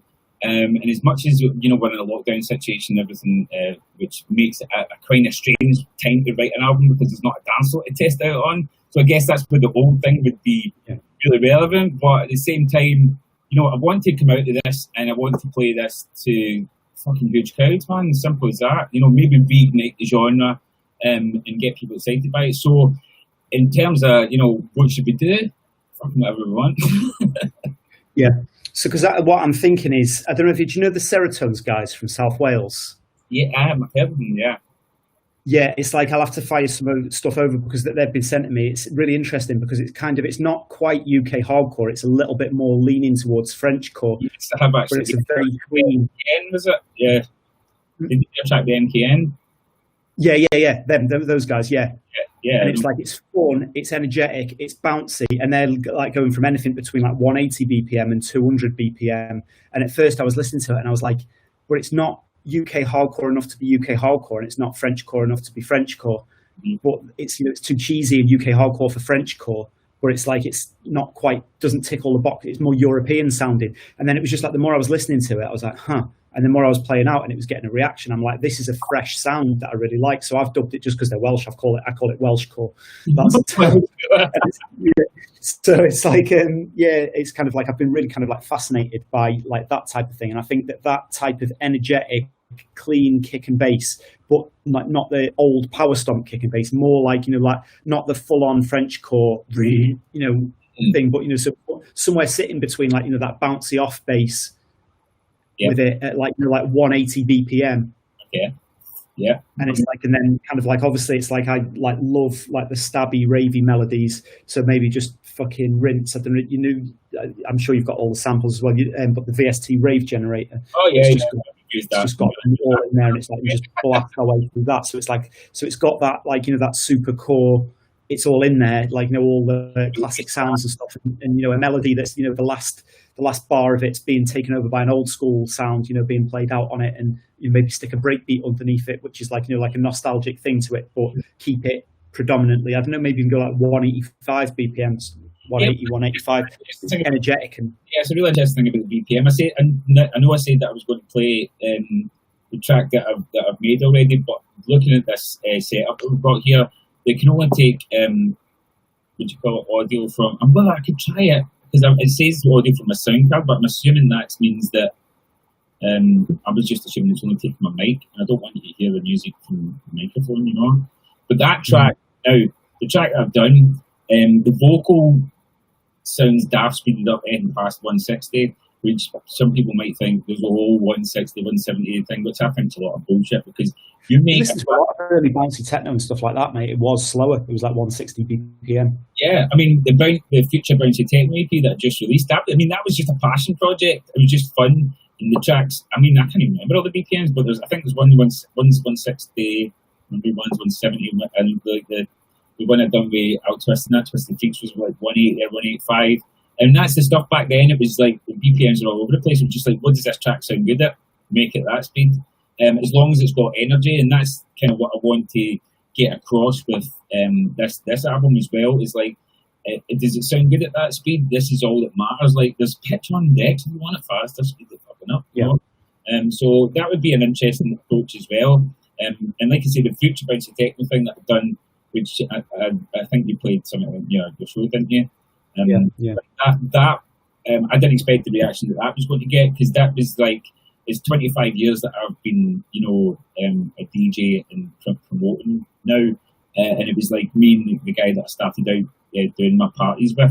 We were talking and we were like, let's make. Because we always wanted to make the kind of tracks then, but we fucking couldn't. We used to go to studios, save up our dole money, and go to studios and make like terrible music and try to figure out all the hardware, but we couldn't. We just, we didn't have anybody around about showing us what to do. There was no internet. There was no, there was nobody we knew that were DJs and nobody we knew that were producers. So. Yeah, it was, I played against a brick wall for a long time. And I say, he phoned me up to actually show WhatsApp me the flyer from the first event. It was 25 years to the day from we done our first party. Wow. And I was like, wow, this trippy, man. And I was just like, I said, you need to come up, man. I said, and we'll get in the studio, we'll make the track we always wanted to make, but couldn't. And he's like, but sure, you've got, your other stuff happening, And I'm like, yeah, but this is more, it's 25 years. Like, if it's 23 or 19, I wouldn't give a fuck. But I'm like, this is a kind of milestone moment, and I really want to do it. And I've never done it. I've always kind of toyed with the idea, so it was good to do that. And the reaction it got off all the old school heads proper loving it, but then new kids that are just getting into rave music and stuff, they were like, what the fuck is this sound? Because they didn't hear that sound. For me, and I was having a conversation with Scott Brown about this when I sent him the EP. I love talking to him about all that time, that era, because I was a huge fan of him and the whole thing then, and now we're good buddies. And I was saying to him, I'm like, dude, like that music then sounded like the future. Everything sounded futuristic to me. And I was like, even now, like me making this stuff now, it still sounds futuristic. It's day stabs and stuff. There's nothing like you can make in a synthesizer that recreates or gets. You can get close, but nothing sounds like it. It still sounds like, to me, something from a spaceship. I don't know what it is. Yeah.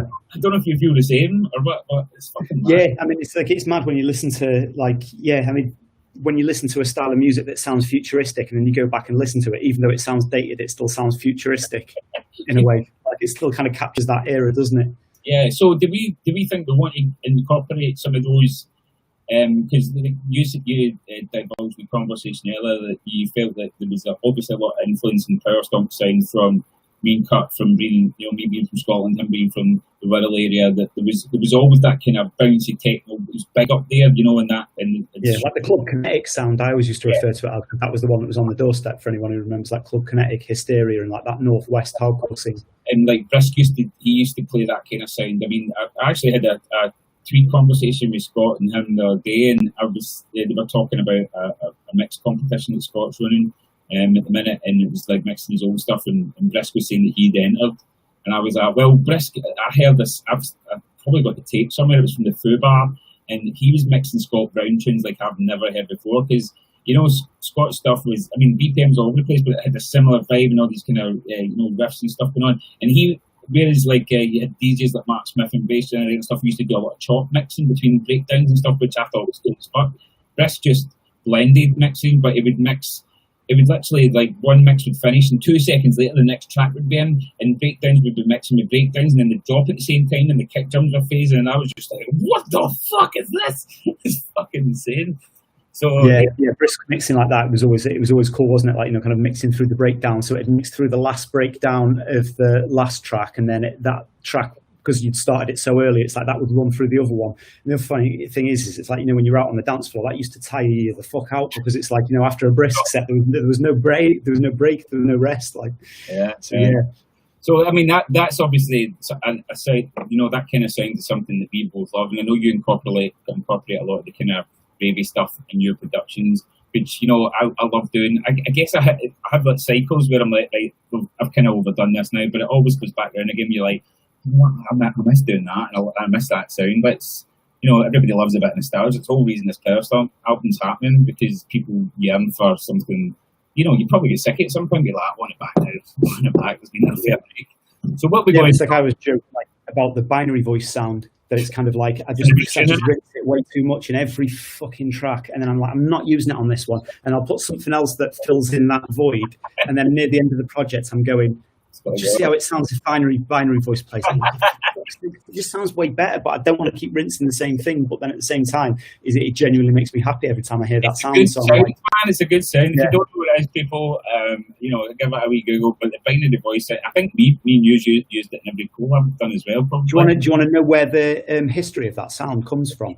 You tell us while I switch my fan on, because I'm really interested in this. You can put it on, right? Okay, so there was the first ever digital sampler. I think it was late 70s or 80s, called the Fairlight. And it was like, it cost about, I think it cost like $30,000 at the time, like, so like proper, and it was one of them, like, like the size of this desk with like a little monitor with a touchscreen pen, and you could take samples of like, I think it was like up to like 3/4 of a second or something like that. And they only had it in big universities and science things where they were doing it. And it still sounds really good now.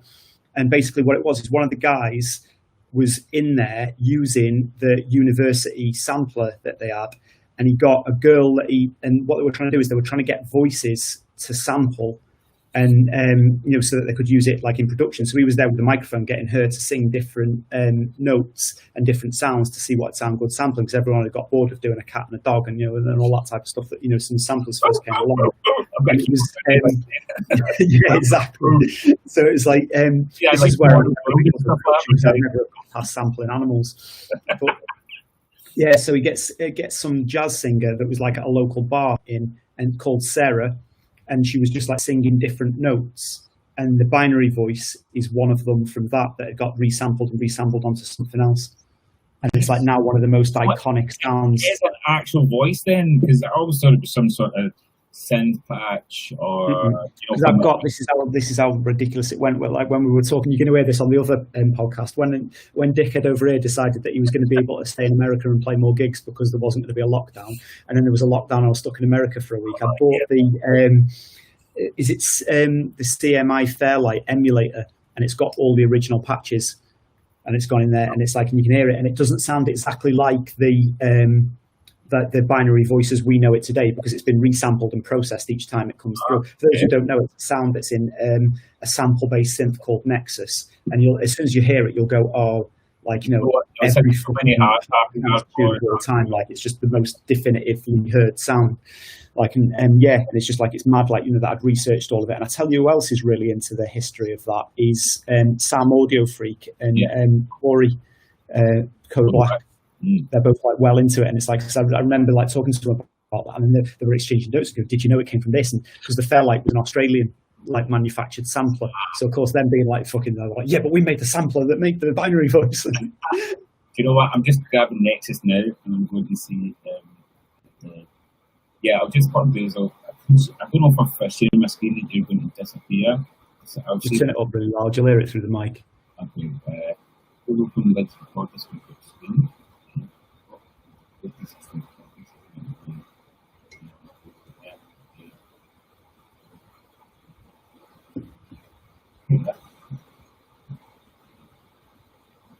It's weird because Nexus is kind of one of those things that it's like people kind of like purists, like Sam always takes the piss out of me for using it, because Sam's just like, Sam Audio Freak, he's like a genius with sound design.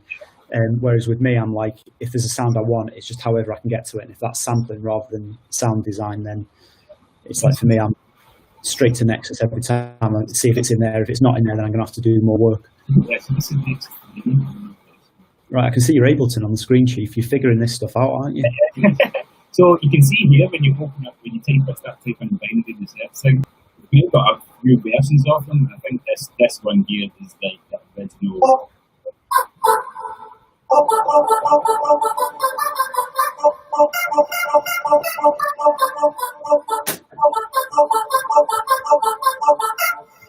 Is that coming through like just my microphone? Yeah, I can hear it perfectly, man. Yeah. Oh, that's interesting. That means you'll be able to get my tune in a bit.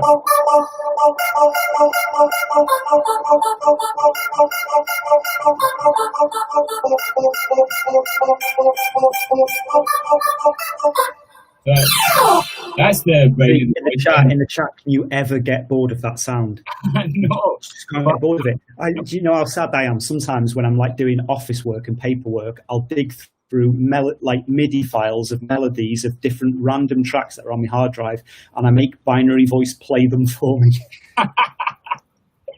Let's see. I'm quite interested because I've obviously got this update on Nexus, which is, you know, got a bunch of packs and stuff, and there's these. I mean, I don't know if these have been in here and I've just not noticed them because I just go for binary voice, but there's a few. You can kind of hear that in there. Like Amiga voice and stuff. Yeah, this one I've definitely heard in songs as well. Yeah, you see, that's closer to the Sarah sample. Is it? Because this seems like it's got some sort of resonance on it, Yeah. Yeah, because this sounds a bit like cheaper 80s, doesn't it? Almost.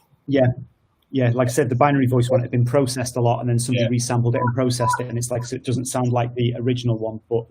And then there's binary real. Doesn't sound any different. And then that sounds more like an actual voice, that one. Yeah.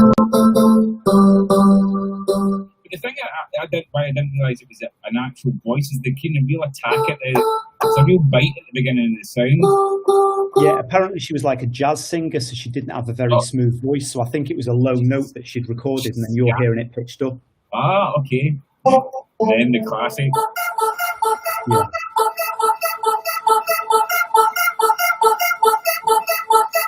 Right,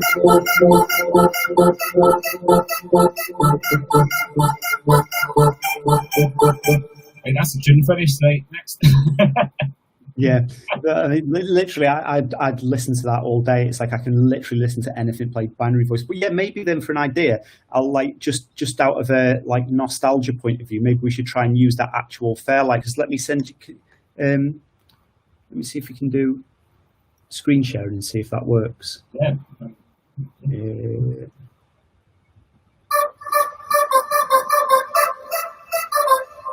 Trying to play past the microphone. No, it won't do it without letting me, without quitting the app first, so we'll forget that. But yeah, basically, have a little look. If you're on screen sharing now, then go to the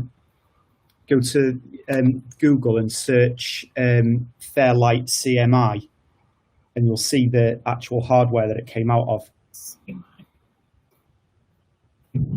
Oh right, yeah. Look at this thing, man. Jesus. Can you put that? Can you put your screen share on so that they can see that? You can't see that. I'm just on like, hold on a sec, right? I mean, just pause this a sec.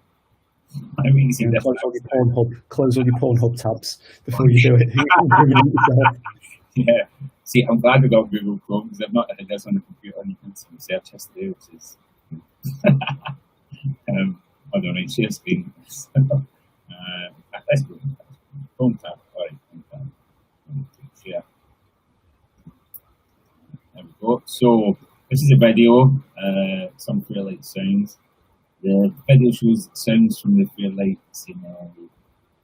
And you had to load them on these big, huge floppy disks and everything. Is there any actual picture of it, or? Yeah, but it's coming. There's the discs. Look at that. Oh, there we go. Yeah, yeah. Look at that bad boy. Oh! Feature. Look at it. You know what I'm saying? Look at the fucking generator underneath it.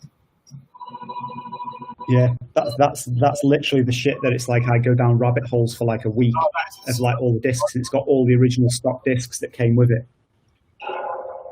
Oh. Look how you have to set for the sound, look at that. That's quite nice. Oh, you know what's it called? You know at the beginning of Michael Jackson, Beat It, there's the doom, doom, doom at the beginning. That's from the Fairlight, it's on one of the discs. Wow. So yeah, so maybe we should try and use the, like, search SARA01. S what? S-H, what is it? S-A, like Sarah, SARA01 Fairlight.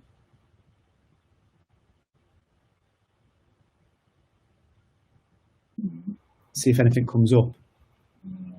Did you mean? I hate that when Google comes in with sarcastic italics. Didn't you mean? Fuck off, Google, you're just binary.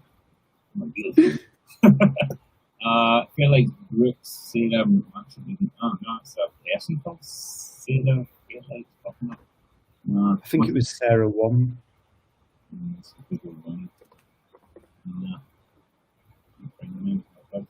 that just another one of the samplers? For instance, I was doing. Because, let me see if you can hear it from here. You might be able to hear it from here.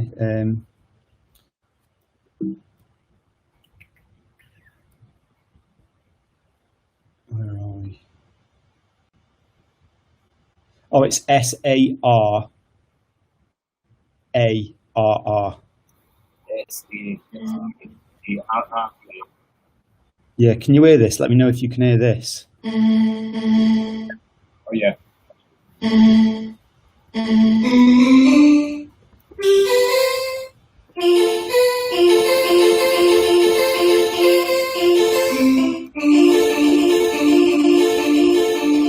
Yeah, so that's where it came from originally. And it's quite breathy, isn't it, on there? Yeah. Gary's just saying, Joey, you're too long about the bass. Where the bloody hell is it? The thing is, when I'm a distributor, all the back catalogue get taken off from online, and the job of putting it all back up again is huge, and it is going to happen at some point. But one of the reasons that we have changed all the tiers on the PowerStomp thing is like that was on one of the albums, and all the back catalogue is available as a tier on this PowerStomp Volume 3. So if you click through the Kickstarter campaign and you find the tier that's got the links to the back catalogue, you'll be able to get all about the bass, all the PowerStomp albums 1, 2, 3, all the other bits and pieces that I've done over the years. So I mean that's a huge tier, and I dug I dug out, hours and hours worth of music. Done another 3 hour set the weekend, and I still did about 3/4 of a playlist to go through. So just going back to you talking about old synthesizers, I started making a version of my all-time favourite track, Depeche Mode, Enjoy the Silence. And I was watching a really interesting video to find out how they made the song. I found this song, Synth Sounds Off. I don't know. I'll say this quickly. You'll find this interesting. I don't know. Do you know that track, Enjoy the Silence, Depeche Mode? Yeah, I know the track. Yeah. What's the thing? And Mike Coughlin covered it, didn't he? The trance one. I think I've done, yeah. Let's see. Because this goes back to finding it since, because I was trying to recreate like some of the iconic sounds from that and find out where they came from. But there is one of the synths in it that I can't remember what the sound was, but they've done there's a software version. I can't remember what it was, but I couldn't justify buying the VST. I think it was like 150 quid, and I was buying the VST to get one sound off it, and I was trying to recreate it. And I just kept close, and I'm like, can I justify spending 150 quid to buy one synthesizer to play one sound? I'm trying to remember what the synth is, because this guy rattles on about it. I'll just share the screen again real quickly. This Can you not download the demo and sample a low note out of it? That's a good shout, actually. Yeah. Because I've never done that before. Oh. Let's screen share there. I don't know if I'm trying to so you see this guy's bait. See him surrounded by all those old synthesizers and stuff. Take my music to the next he level. comes out with this big. All the sounds that we're going to use for this song are derived from the use of what we call floppy bits, literal floppy. The emulator is a pivotal keyboard in this song. Look at the size of this. It is the keyboard It is. of this song. This board is a sampler. This board can obviously load floppy disks. I mean, what else do you need? This board, for those who are old enough or have seen a fair share of movies, Ferris Bueller's Day Off. Now, how did Ferris Bueller successfully take a full day off? It was because of the emulator. I mean, I'm not making it up. It's in the movie.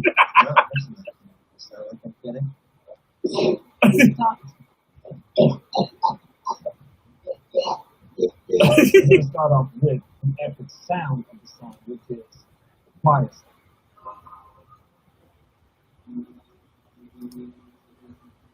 And this is just a down-home piece.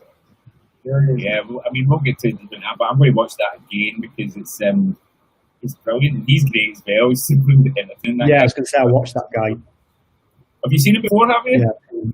Yeah, I've seen a bunch of his videos when he goes through. There's him that I really like. And who's the other guy? Dr. Mix.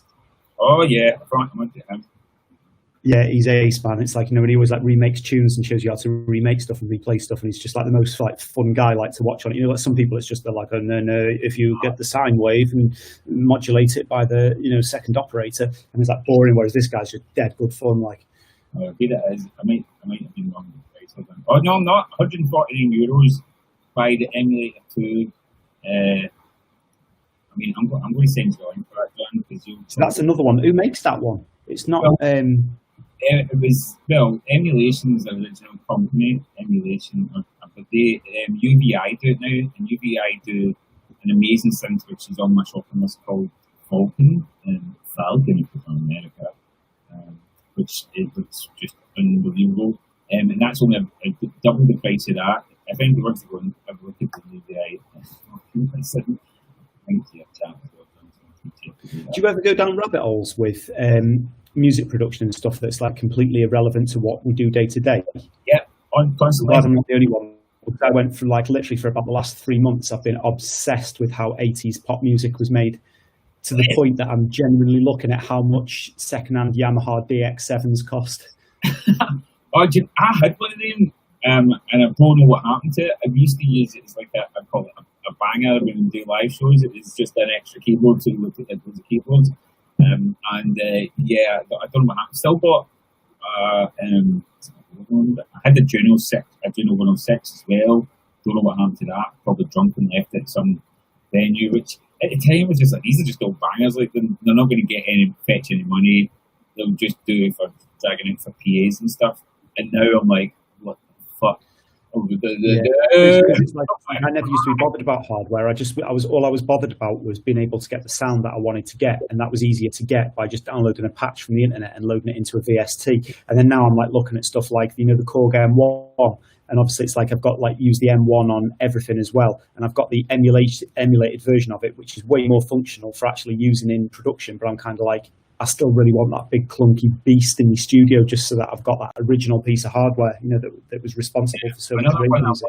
That I used to see in a lot of people's studios when I started getting into studios with the Korg Triton, which was the, you know, that big workstation thing. They've done a VST version of that, which again, I'm going to just click on the link here to remind myself how much I'm going to spend when we get off the fucking show. So yeah, guys, if you want to know where all this money's going that I'm making off, you know, the album, I'm going to spend it on more synthesizers probably. So this is all I do. I eat beans and toast every night because I can't afford food, because I buy more pointless synthesizers for tracks that I'm never going to make. But I love geeking out.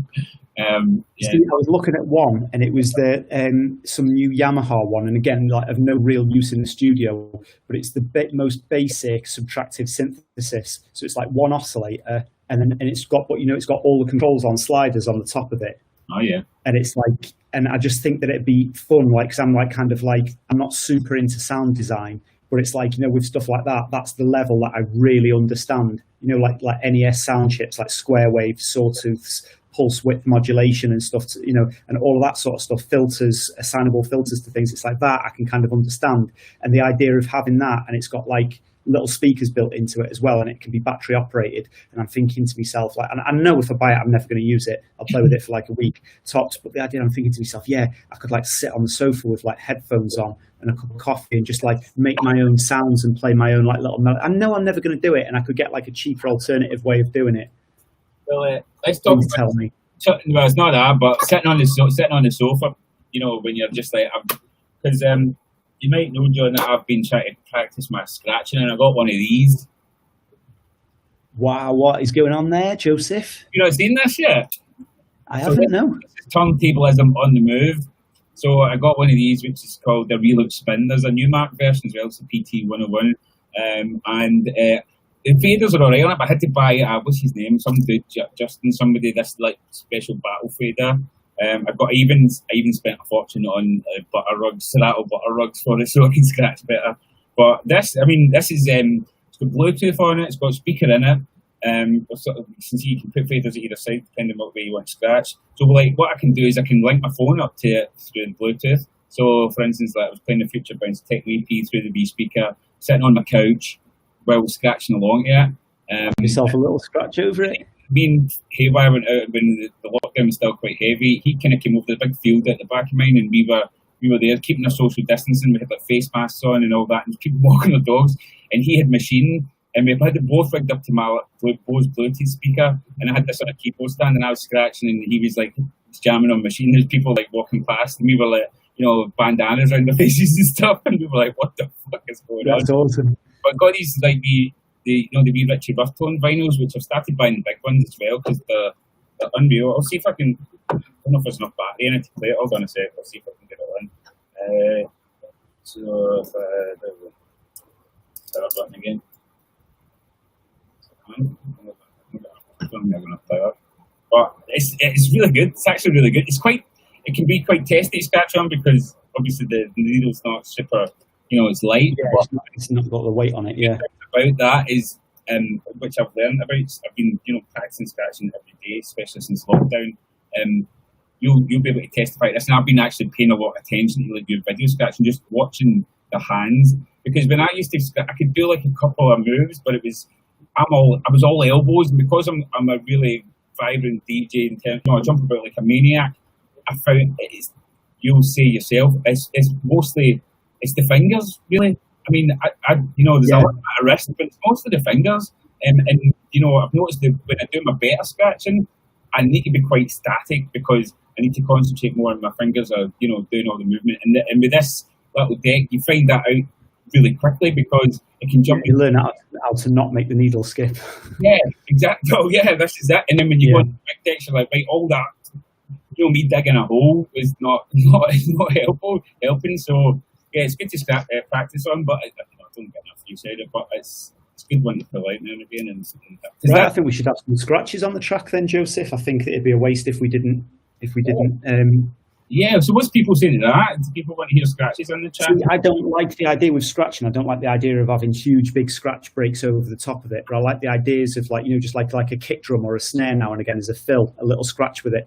And or maybe the stab where a melody's being played and then the last note of the melody's like scratched in or something, just edits more than. Do you ever hear the Rave Breaks track I done with DJ Fades? Did you ever hear that?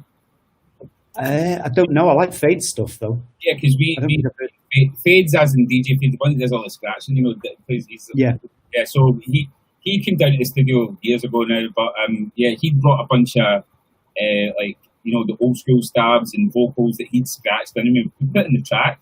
And like that packing all that was playing it out. It done pretty well, so that was playing it and stuff as well. But that worked. So that could definitely work with this, especially for going down that kind of root rappy sound.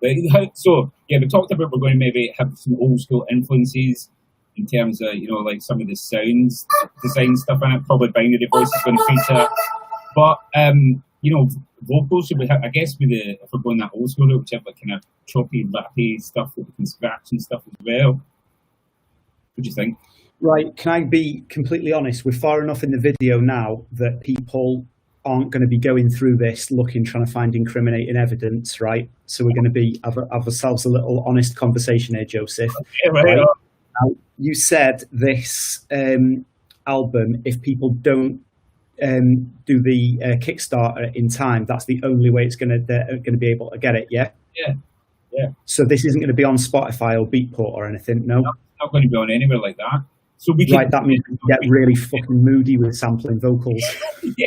yeah, we can sample whatever we fucking want because it's not going to be on your right. Okay, because I did get sent from a completely anonymous source that I wouldn't out on air a 10 gigabyte pack of perfect studio quality acapellas of just about every dance music track you've heard. Yeah, good. Mate, this could break the whole album for me if you just do a couple of that off. I can hook a brother up, man. I can hook a brother up. This is the thing. It's like not like we should I suppose be talking about this, but it is like when you like trading kind of like like sample packs like that you've got trading them backwards and forwards. Me and Jordan Suckley always say it's like when you're collecting stickers. Yeah. When you're a kid, you've got sticker albums and you're trading the cards and you've got doubles and it's like I'll give you this one, you give me that one. So you can complete your sticker album. So there's a lot of stuff on there. So that's the point, right? So far this is how it comes together. Like a lot of people think that you sit in a studio with a blank screen. I'm sure a lot of musicians can and start writing music. But for me, I need to kind of come up with a concept first. Yeah. And so far, we've got going to use a lot of old school stabs. Mm-hmm. Obviously, it's going to have the power stomp kick and bass, maybe a little bit cleaner and punchier than it was back in the day to sound more modern, probably around 180 BPM. As a theme, we can have little scratches of the stabs that we're using, like the old school stab stuff. This is the thing we do as well. It's all very well talking about it, but we need to have this as a definitive plan. And we've all probably veered from the plan. So what you're hearing now, guys, is how we kind of, come up with the idea. But when you sit down, these things start taking shape in a different direction. But I think having a direction for where the track's going is super important because, like John said, sitting down in front of a blank screen, it can be super frustrating. Any of the guys on here are girls who do try producing. You know how frustrating it can be. If you sit down with no plan, you're not going to go anywhere. So getting the idea exactly where it's going to go is huge, man. Yeah, I mean, because to be honest, because we did speak about doing a collab probably about a week ago, 10 days ago, something like that. And I was like, and then the way that we left it was, I said, okay, leave me to just come up with something. And then it's like, then that'll be a good starting point. And then I've kind of been thinking to myself, whereas now I'm like, okay, everything's going, it's ding, ding, ding, like the cogs are going, the hamster's back on the wheel again. Yeah. So it's like, I feel like it's like, I've got like a cool concept now, like a theme enough. Yeah, so we want a clean up-to-date PowerStomp kick and bass. We want old school stabs and breakbeats, I would say, potentially. And I think, yeah, not so it's a full, I don't think a riding breakbeat, because I don't think that will sound modern enough. You know, like I said, if we're going to decide to do something that honors the traditional power stomp sound, or are we going to do something that's like a little bit more a modern interpretation of it? And I think if we're going to do that, I think the breakbeat should be like, you know, kind of like for a fill.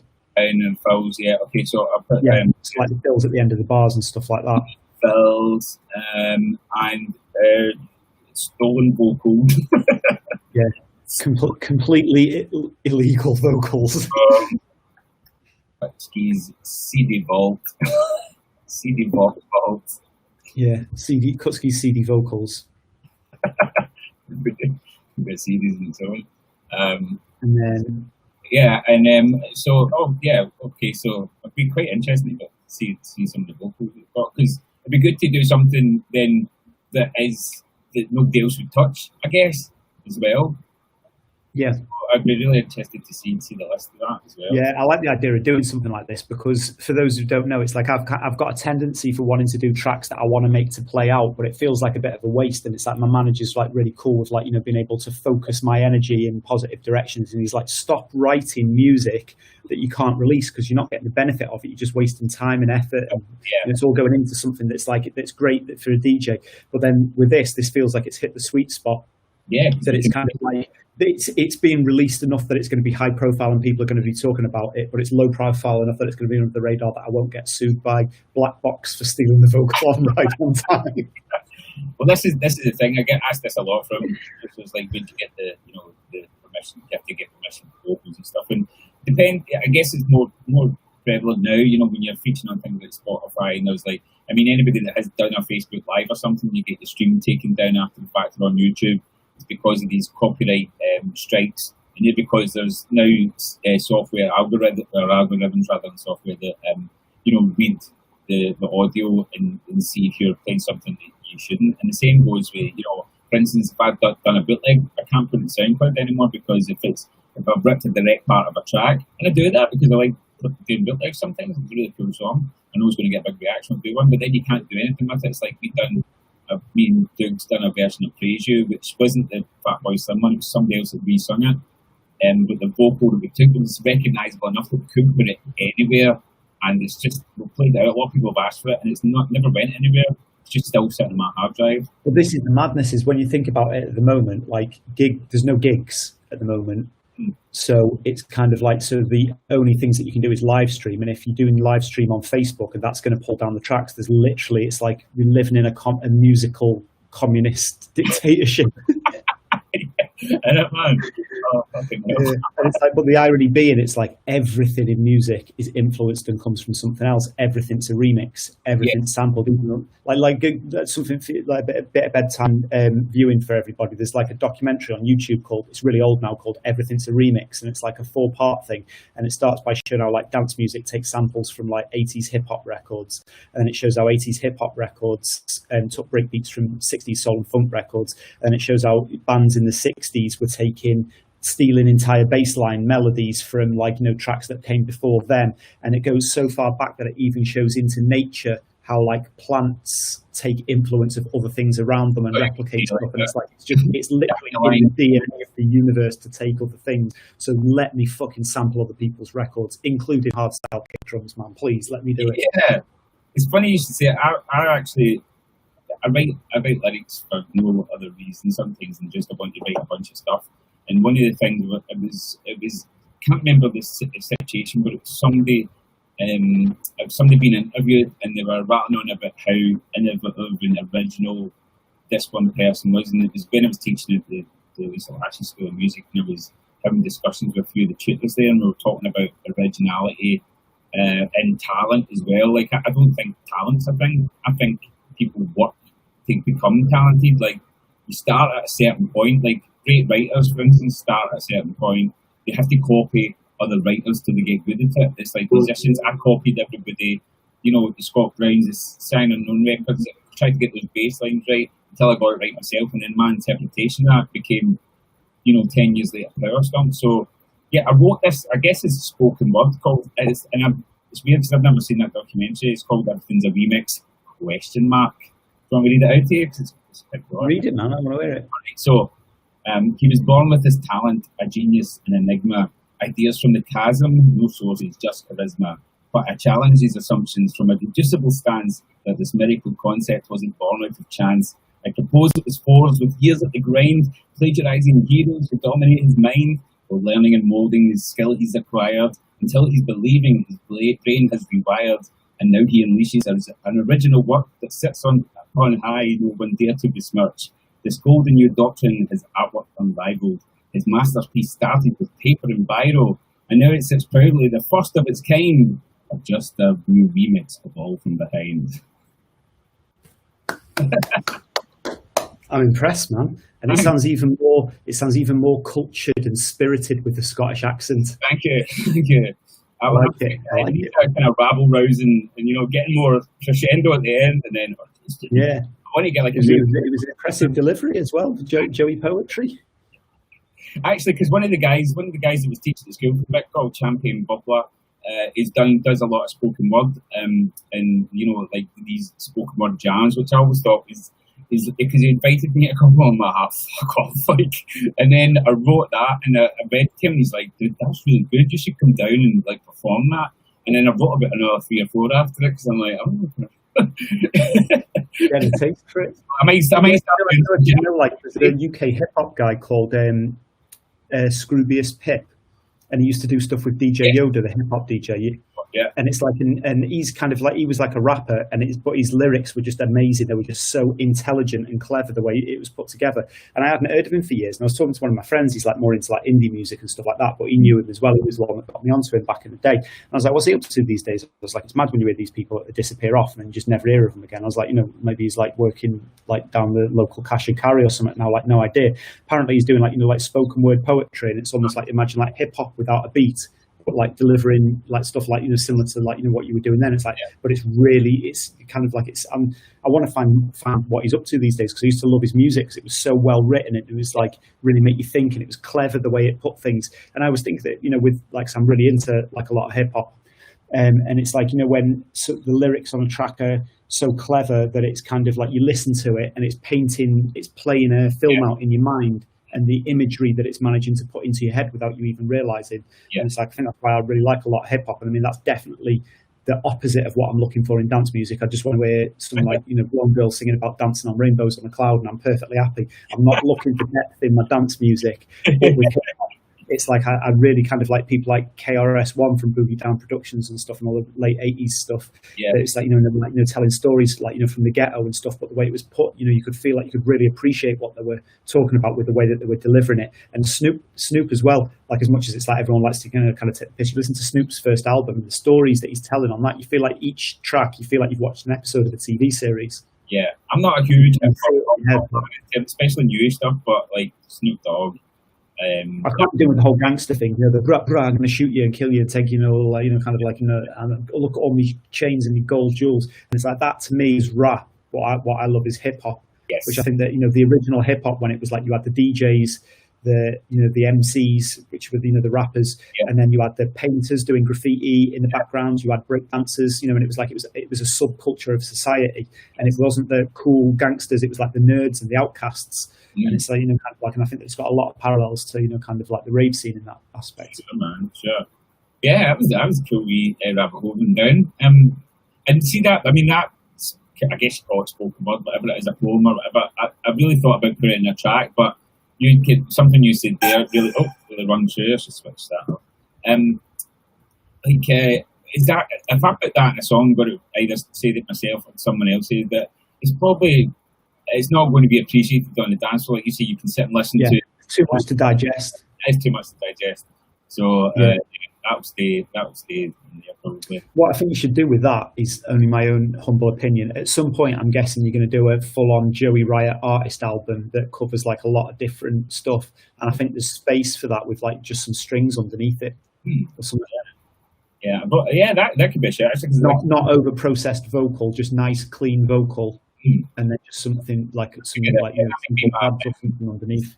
I'm even like a seminal work, my last hurrah or something like that. Where I kind of always thought this is what I would kind of bow out my career. I wanted to kind of maybe like close close a DEFCON or something, doing all the different stuff I've done, like, you know, playing hardstyle, playing UK hardcore, you know, doing something and finishing hardcore, and making an album that is all the stuff I like trance and, you know, and like you say, this kind of stuff. And but the thing is, I think to do something like that, but I've always dipped my toe in the water with loads of different obscure types of music and art.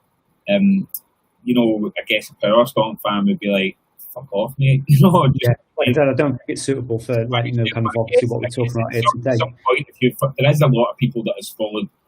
You know, I'm lucky that I've got people that have followed my whole career and have loved everything I've done.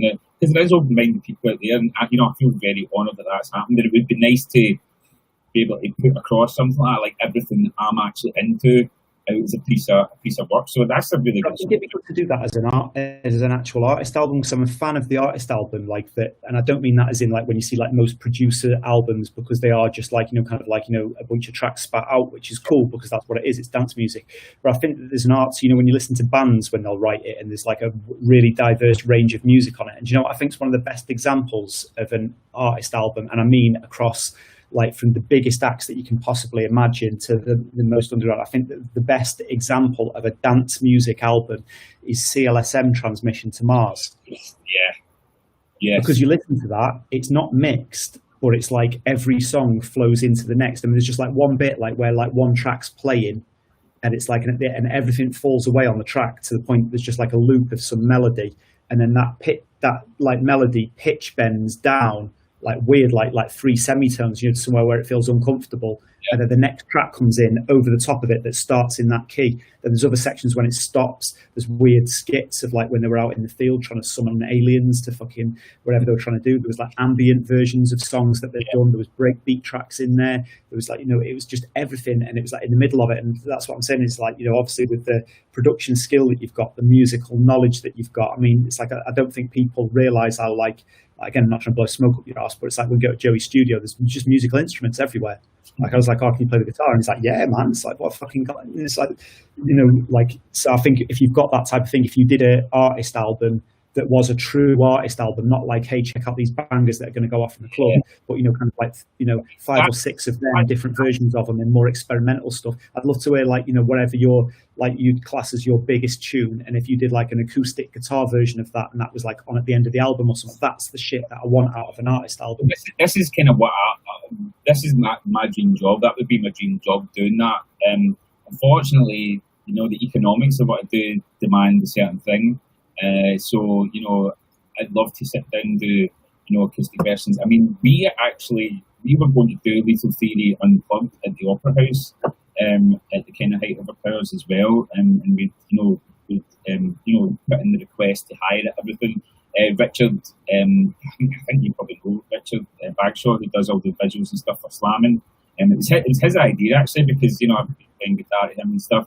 And he was like, you could do that, you know, have your vocals. He said, do it in the Opera House, but do it on the floor, and build a stage in the middle. He says, I'll get my own, because he was going to pull tons of favours for, you know, all the visuals and screens and everything like that. We'll have everybody, all chairs sat around you, Kutski and scratch. You can do like acoustic version of Don't Hold Your Breath. I was like, this is amazing. Like, straight away I was like, we're doing it. Then the kind of the actual execution of it, I don't think even putting on the event itself would have been too hard. It was the organising of the what you call it, the, you know, practice, getting figuring out the versions of the song, having to write the version of the song, do the arrangements, then pull in the people that were performing it, and do practice sessions with them. That would have been a mammoth task, but with the amount of time that I had free, would just have been something I couldn't do. But that kind of thing is, if I was in a comfortable enough position financially, I would 100% be some fucking left field weirdo. You know, I'd be like the ultimate bang-face DJ. I'd be like playing chill out ambient fucking ragged dubstep fucking speedcore sets and stuff, you know what I mean? It's just, yeah. But I suppose that would be kind of like, to bring this full circle back around again, is this is why things like Kickstarter are really important. It's like you said, that there's no record companies now that are going to turn over enough money to be able to do it, and it's like, and that's the downside of the music industry at the moment, that there isn't, you know, kind of there isn't the paths and the avenues that there used to be. But the good thing about it is you've got a direct connection to the artists. And it's like you said, that you'd love to do an album like that, but it's not financially viable. Obviously, you've got your hands full with the project at the moment. You don't want to be, you know, kind of like setting up more stuff. But I genuinely think that it's like you're saying that. I think that there'd be enough people out there that would want to do that. And that's why, like, again, speaking to everybody that's watching, this is why things like Kickstarter are important, because Joey could spitball an idea like that. But, you know, should I dedicate 9 months, 6 months, 9 months of my life to doing, of my career to doing this, if there's going to be no end goal and nobody's really going to appreciate it and it wants it? But then if you set up a thing like, you know, kind of like a Kickstarter campaign, everybody pays in the money that lands, like, you know, people think that this is a huge amount of money that's landing, you know, in your bank account, but that's the money that you're going to live off for 6 months while you're doing it. And then you get the album back at the end of it. And it's a way of, like, now in a way it's kind of exciting that it's like things that literally wouldn't exist because nobody would believe in it enough to invest in the project. And it's like, you know, now, because it's like, you know, everybody knows it's like you can't afford to live for 9 months. Doesn't matter, you know, even if you're a DJ, you can't afford to live for 9 months if you haven't got any income. So you need to be, as much as we do it for what we love, you also have to do it, you know, with what's going to be able to pay the bills and what's going to be the best for your career as well. Because even, you know, there's no better example than at the moment when all the gigs are cancelled and stuff. And it's like, I think, you know, people like me and Joey that like to be creative all the time and find ways to do stuff at, like, you know, managing to stay sane. But it's like, you know, a lot of people I know are kind of, you know, going to be struggling, like, and stuff. And it's kind of like, and that's like a cold reminder that you can't just do whatever you want. Like, you know, there has to be a little bit of structure and direction to your career to, you know, kind of like, you know, be able to sustain it. Because at the moment that you have to take a job 3 days a week, you're not going to be able to have the output that you do. You're going to be tired in between things. You're not going to have the same inspiration and stuff like that. So it's like, I think that, you know, Kickstarter, it's like, it's a great community way to make things happen that wouldn't necessarily happen otherwise. And so it's not going around with your hat out begging, which a lot of people kind of see it as. It's not like, you know, some cut and run scam for the majority of it, especially when you're investing money in somebody that's been around for that long, that you know that they're not going to do a runner, because where are they going to go? Like, they can't have a career. You're going to see them at a gig asking for fucking 20 drinks vouchers. It's like, you know. Yeah. So it's kind of like, I think it's a good way to, you know, kind of to fund projects and things that wouldn't necessarily be done, but there is a demand, and it's a way to gauge demand as well. Because maybe I turn around and go, hey, guess what, guys? I really want to do a French house album, and I'll set up a Kickstarter project, and only my mum donates to it. And then I know, actually, I'm wasting my time and everyone else's, and I know not to go down that avenue and do it. So it's kind of, it's like, it's a good way. And then also things that you wouldn't be able to get, like you probably, a POWERSTOMP 3 album wouldn't exist if it wasn't for Kickstarter. So no, it wouldn't. So yeah, you should be paying me for this. I'm shilling for you for free. Well, at least there's going to be I believe in the project. That's why I wanted to be involved in it. There's going to be royalties anyway, because it's already. It's not one of them where you need to wait and see if it sells, and then they plead bankruptcy and you don't get fucking paid the royalties. Because at least we know you're going to get some money. It's so good. So yeah, I mean, that kind of goes full circle. I mean, huge thank you everybody that backed it so far. You still can back it, and backing it means you get it. You're not going to get the track that me and Kutski going to make if you don't buy the album. So you've got 13 days to pledge now the things at the top, the links at the top of the chat and Facebook. I will grab it and fire it in the heat as well before we go. I mean, have we got much more to talk about in terms of the? I mean, we could go all night talking about everything, to be honest, but in terms I think I've got enough up here now where it's like I'm literally thinking to myself, tomorrow I've got to record the vocals for the Keeping the Rave Alive show, and then I'm doing a live stream at night. And now I'm thinking, okay, get up early, get the podcast finished, dusted, that's out the way with, and then I've got all day to work on this. So I'm like, I've got that buzz, you know, when you've got the buzz going. Yes. Yeah. So that's the. Are you being abducted by an alien? What's that? But your face just lit up white, man. I've opened up another window and I was like, I was expecting to hear that binary voice in the background doing. Right. So. We've got 102. Oh, there's less days. It's 11 days to go. So we've only got 11 days to go. So if you want this, you've only got 11 days to back it. I'm grabbing the link right now. I'm putting it in this chat here. Hopefully everybody can see that. And yeah, we've got 122 backers, which is insane. We're just over the target of 10 grand at £10,231. So if like one big pledge pulls, it could go under it, and we don't do it anymore. So, you know, if you were thinking about doing it, you're waiting to see if you can, you know, get a limited copy online. It's not going to happen. I would say invest in it. And this is one of the things about this as well that I touched on, and I like being transparent. I know we always do in these conversations. You know, there is a lot of sharing of music online and stuff like that, and I know a lot of it goes on. A lot of people don't share it these days because there's things like Spotify, etc., where it's you can pay a monthly subscription, you can just stream stuff, and we get paid fucking not even pennies, like what is it, like 0.001 of pence you get for a stream. Which do you want to know what I worked out, just to show how depressing it is with it? And this is like, you know, why it's like I kind of like genuinely appreciate all the support that everybody's been giving us. Like at the moment, I saw some like infographic going around, and it showed how much, how many hours you had to work. No, sorry, what was it? How many hours worth of play on Spotify that you had to have to be able to make 1 day's worth of minimum wage on UK minimum wage. And I worked it out that last year I was buzzing because I had 2.1 million plays on Spotify. I'm like 2.1 million plays. And I worked it out that I could have worked a minimum wage job for 3 days and I would have got the same amount of money. Oh, fucking hell, man. And that's not even a year's worth of work of music. That's including all the stuff of all the previous years that's been played. That's fucking bonkers, man. And it's like, no, I'm not like, you know, saying, you know, cry me a river, you know, kind of thing like that. But I think it's just, it is important to, it's like I looked at that and I was like, because everyone's going, oh, it's not worth chasing the, you know, kind of like the, like, you know, CD market, or it's not worth chasing this Spotify. It's all about Spotify. And it's like the bulk of the numbers are on Spotify. But I even find that things like, you know, like the money that it's like I earn from Twitch, because we've got like a little small niche community and people want to invest into that community.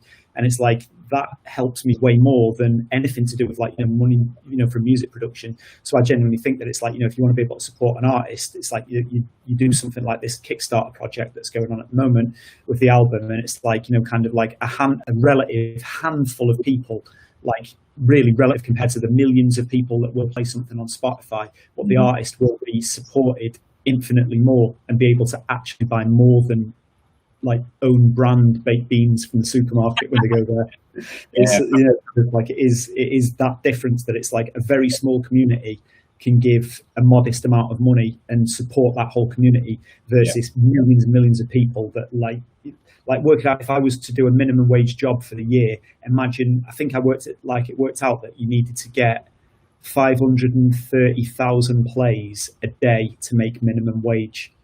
And it's like, I think there's no, bearing in mind I've got 2 million plays in a year. I know I'm not the most prolific producer, I'm not kidding anybody with that, but it's just kind of like, I'm just thinking there's nothing that I could do that could generate over 500,000 plays per day. It's just not possible, and that would be to earn minimum wage for music. You know, the whole point you know, discussing the Spotify thing is that with the 11 days left on the what you call it, the campaign, and the people that don't get it, you're not going to be able to stream it on these platforms. I very much doubt that anyone's going to share it because, you know, it is big fans of the music who are playing, you know, above the odds of a normal album, price-wise, because of the time and effort that's going into it, and obviously the rewards that are in there. Some of the bigger tiers, like you're not going to spend all that money and then just give it to someone else. So if you think that you're going to just wait till you know the whole thing's done and then grab it somebody else, you'll probably really struggle. Plus all the stuff's watermarked and everything else. Anybody shares it, I'll be getting hunted down. I'll be turning up at your door with big Betsy the baseball bat. So I would think twice about that. But yeah, I mean, all jokes aside, you know, these things do happen. But I think, especially a project like this, where it's exclusive and people are really investing in an artist that they, you know, they care about, which I'm just to kind of piggyback on what you were saying about, like, you know, kind of like the about the album and it, like, you know, not being shared and stuff like that. It's like, you know, when the whole lockdown went up and I bundled the Keeping the Rave Alive albums that we've done and put them up, and I set it up on a little makeshift store that I'm trying to operate on myself, just so I've got some kind of revenue and things until things, you know, start to settle themselves back down again and, you know, come up with other things. And I'd set it, and then literally I was just like, I had it like the files like zipped and put onto a server, and I was giving people a download. It wasn't password protected or anything, and everyone was going to me going, you want to put that on a thing, or you want to password protect it and stuff like that, because everyone's just going to share it. If you buy it once, you could just give that link to 100 people and they could all download it.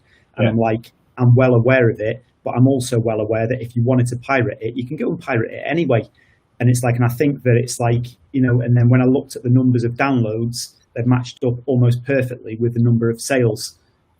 And then that just means that everybody that downloaded it had bought it, and it's like more like people are just like, no, they don't want to rip you off, they want to invest in what you're doing. So I think that it's like, this is the other thing, is like, you know, when you get like mass piracy, when people turn around and going, my film got illegally downloaded 18 million times, and it's like, yeah, but them 18 million people weren't gonna pay for it. It's just that hoarder mentality. Whereas I think when we've got these small communities, I think it's like, I quite like it made me feel really good about myself, the way that, you know, people that were fans that wanted to support me would also do it. And it didn't even have to consider piracy, because it's like, it was kind of like, you know, people were all there for the same reason and respecting it. And because it didn't go so mainstream, like, you know, if David Guetta does that, everybody's going to be going, oh, do you want the, you know, download link and all that type of stuff like that. Whereas I think, you know, our little underground community, it's like, kind of like, it is trustworthy. Like, and I think it's like, it's honest, and it restores a little bit of faith, like, you know, in a better world when you look at what's going on there. I guess we'll get back at that now. Because we've got the binary voice in there, I'm looking at the project of the track that's supposed to be finished. We need to keep the vocal because it's really slow speaking up on the we were talking about different tracks for this album. This is bigger than this vocal. I hate the fucking original song. I hate it because it's so fucking catchy. And the only issue with the vocal, I mean, because it's recorded that solo, there's a bit of swing to it, which when you speed stuff up, POWERSTOMP, just there's no swing in it. I need to tighten that up a little bit, so most people wouldn't notice that, to be honest. But I will share the screen because we have it quite good before, and I'd love to hear your feedback on it, because it's still a bit of a work in progress. I'm going to tweak it, and you guys are going to get to hear this for the first time. So is John. Please don't destroy me with your people stop investing straight away, taking them away. yeah, that's the one bit of information you didn't give us, Joey. How do people cancel their pre-order? So here we go. We're sharing the screen. So here we go. This is Ableton. This is what me and John worked on. And I am going to put my Metro KB on so you can see the spectrum analyzer. And yeah, I'm going to play this. I'm going to play it from start to finish so you can get a real. So the people that have stayed on here and could be asked, listen to me and John waffle on. I found it super interesting, man. I loved the conversation. And it was that's the thing, we had a 3-hour conversation not long ago, and I don't think they repeated anything we said. So I did man. So this is where we are going to preview the very first track that is pretty much finished from the album. These are an intro and outro. We talked about DJ intros earlier. I'm not enough to talk. I'm going to play it. Here we go. They say, oh my God, I see the way you shine. Take your hand, my dear, replace the broken mind. You don't stop me dead when I was passing by. And now I beg to see you dance just one more time.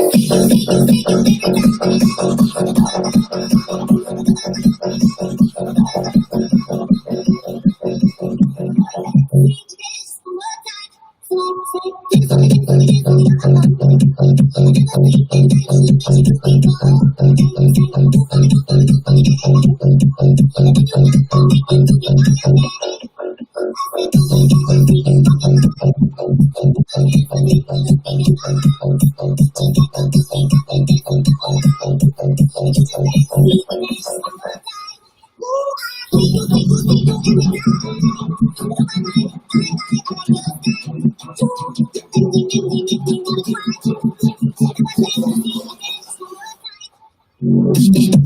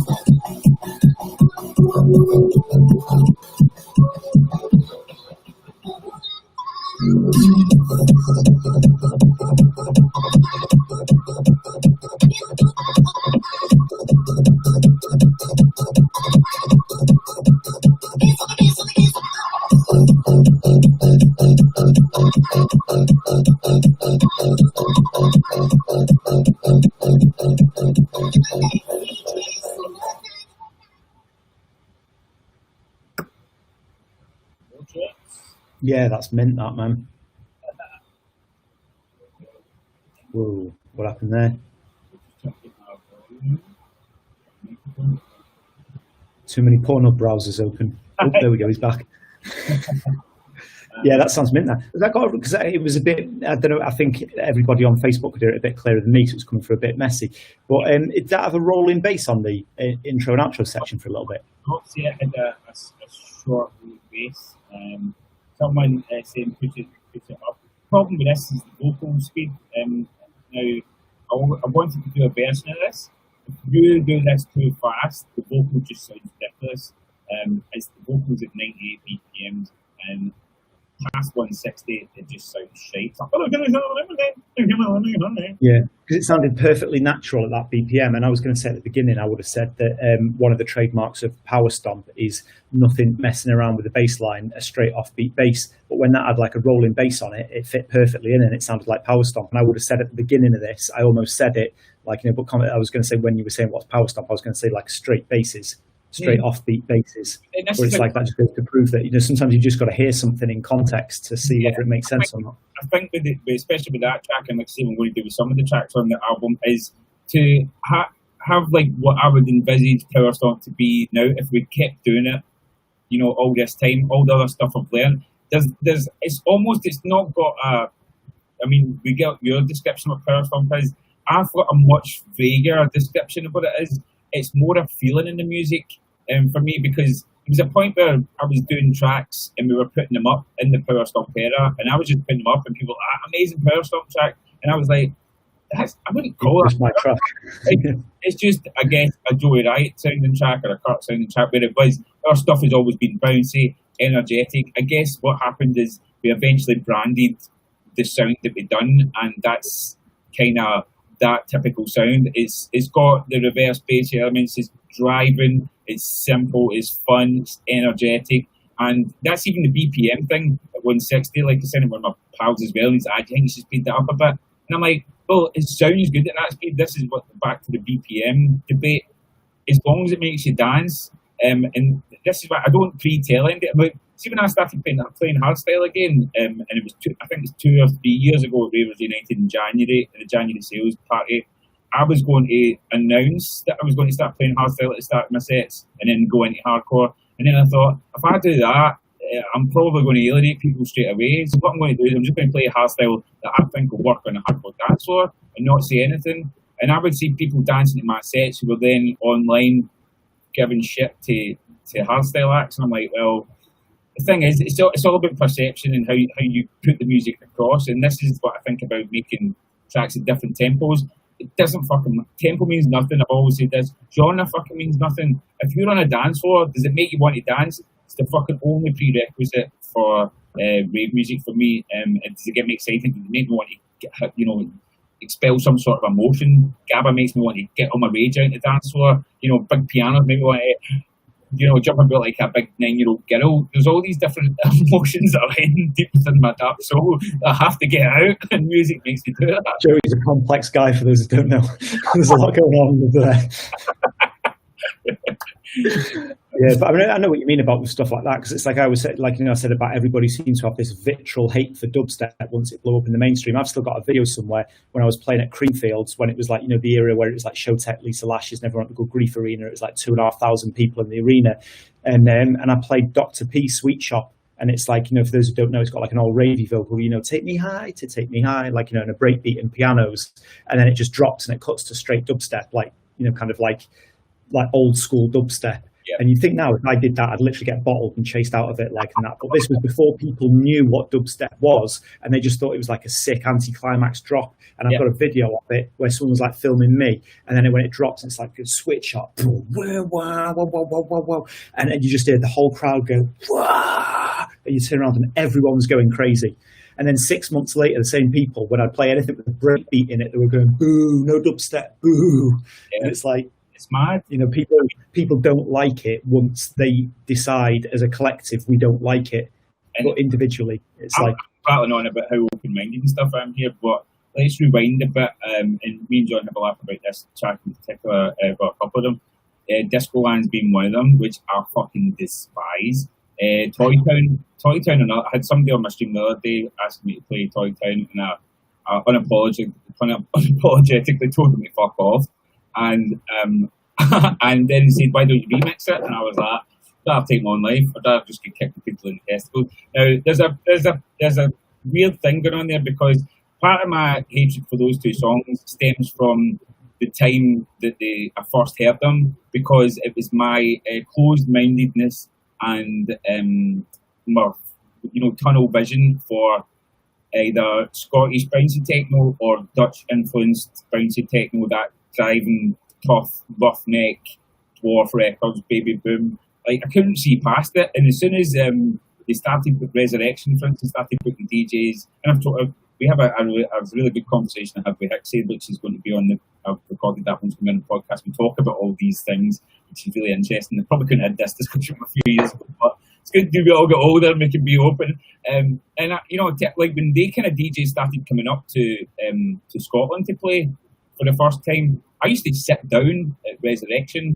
and fucking boo my head off. I'm embarrassed to say that now. Looking back, I just think, what a wee asshole. But it was so far out of my wheelhouse as far as I was concerned. But it's not a million miles away. It's weird.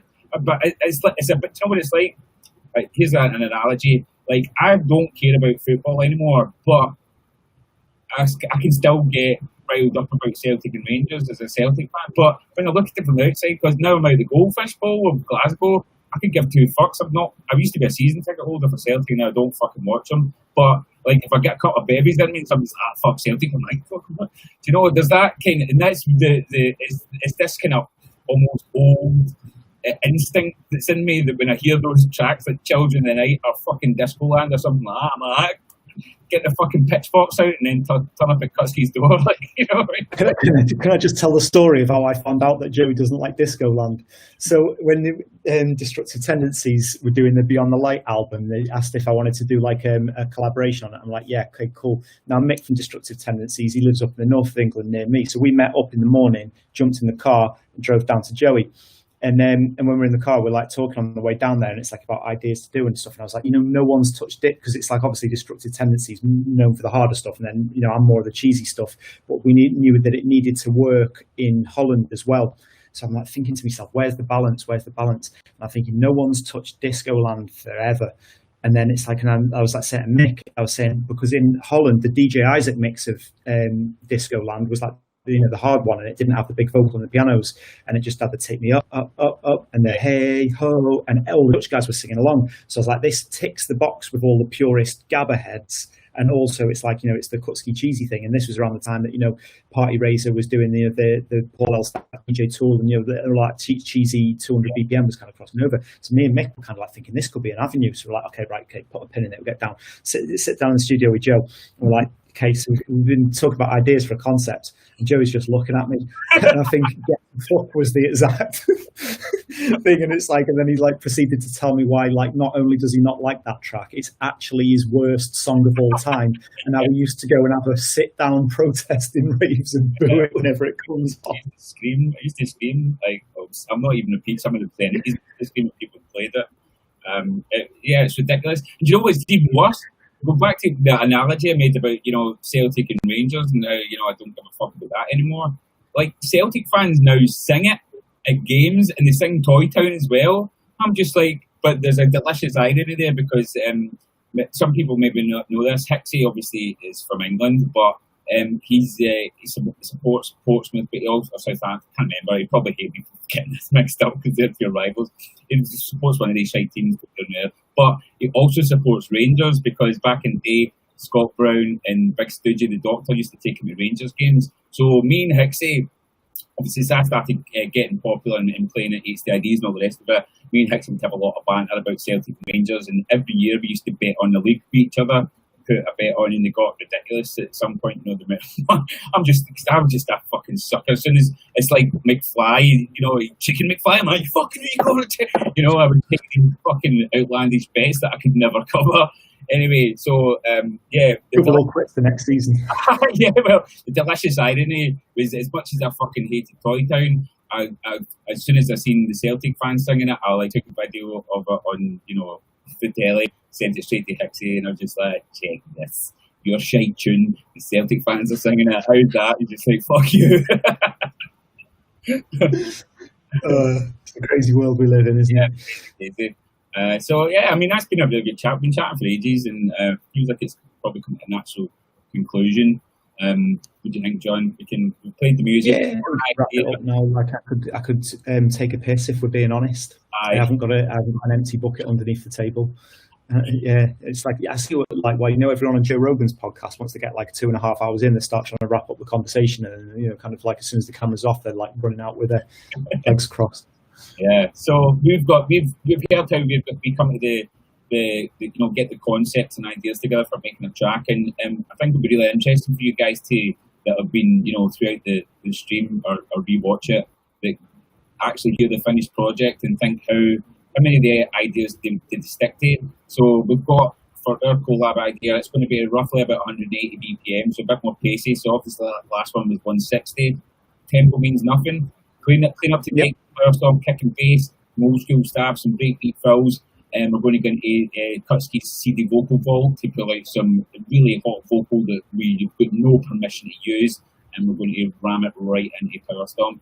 So it sounds fucking amazing. I can't wait to get stuck into it, mate. It's just a shame we can't hook up in the studio. Fucking gutted. Yeah. I mean, that's the thing is it's like, for those who don't know, it's like Joey's down in Northampton and I'm in fucking Warsaw at the moment. But to be honest, it's like we could live 2 towns apart and we still shouldn't be together, should we? Like, like fucking Romeo and Juliet clubs. Like, it's like literally could be on the other side of the world at the moment and you're still not allowed to go to the studio together. So okay, so I'm really looking forward to it, mate. I hope you guys are as well. Remember, POWERSTOMP. This is POWERSTOMP Volume 3. It's going to feature a collab from Joey Riot and Kutski. Kutski's name first, he's a much bigger, sexier DJ than me. And we're going to probably, all we meant to say, we're going to have some scratching in there as well, maybe some scratchy bits. I'll just take that in. Scratchy bits. I've got notes here, this is what I'm doing. So all these ideas, when we sit down and do it, we've got a direction we're going to go in. So yeah, if you want to hear that track, obviously I'm going to do a mix for you for the KTRA show, probably. Yeah, I don't know if I should open my mouth about that, but yeah, it's fine. Yeah, it's all good. Delete the whole thing. Like it used to be, like we used to be dead secretive, where the guests couldn't be leaked, like until the day, so it was like a big surprise. Now I'm just like, oh yeah, Jeff's on it next week. I think Mike's going to be on it the week after. So at some point, that'll happen. But the main place to hear it, to get the tracks in full, the full glory, is from the Kickstarter campaign. So if you have placed thank you, you can change your tiers. There's all the back cat available and tons of other stuff. Just go and check them out if you want to upgrade your tier. So someone's asking me to take my music as POWERSTOMP. Just rewind the stream, man. We can't go through this again. We both need a PP really bad. And yeah, just thanks to John Kutski, who is an absolute star. I love talking to you, mate, and it's been fun, informative. I hope you guys have enjoyed it. John, anything to say to wrap up? Yeah, I mean, it's just like, that's like, I just want people to kind of know that it's like, you know, I think I used to perceive the dance music industry of being this, like, you know, all the DJs at the top as being these, like, you know, kind of like, you know, superstars, or there was something, you know, kind of like some real high level stuff going on with it. But what you've seen for the last 2 hours, it's like literally, if we weren't doing this as a live stream to kind of promote the project, we'd have been having this exact same conversation on the phone for the same amount of time, talking about the same amount of bullshit just all the time. This is kind of like how music's made. And it's like, you know, like, I think, you know, first time we got in the studio together, it's just like, you know, it just clicked when we spent probably half the day talking random bullshit, but the other half of the day was super productive because we were both on the same wavelength and so focused with what we were doing. So I think that's why it's like we've always worked well together with stuff, and it's like we're not like afraid to kind of like go, oh, you know, to butt in with each other's opinions and stuff like that. So it's like kind of like how this was like a fun little transparent slice of the music production process. Yeah, cool, man, awesome. So thanks very much, guys, and yeah, keep up to date with all the social medias that I've got running, because I'm going to be putting on more clips of all the tracks as they're getting made, and hopefully that'll get you more excited about the album. So big love. We'll see you all again soon, and keep an eye out for the podcast that we're coming up with Kutski, which is another long form discussion about loads of random bollocks that'll be coming after the album. All right, chaps. Thanks, John. Thanks, everybody. Bye. Cool. See you later, guys. Bye.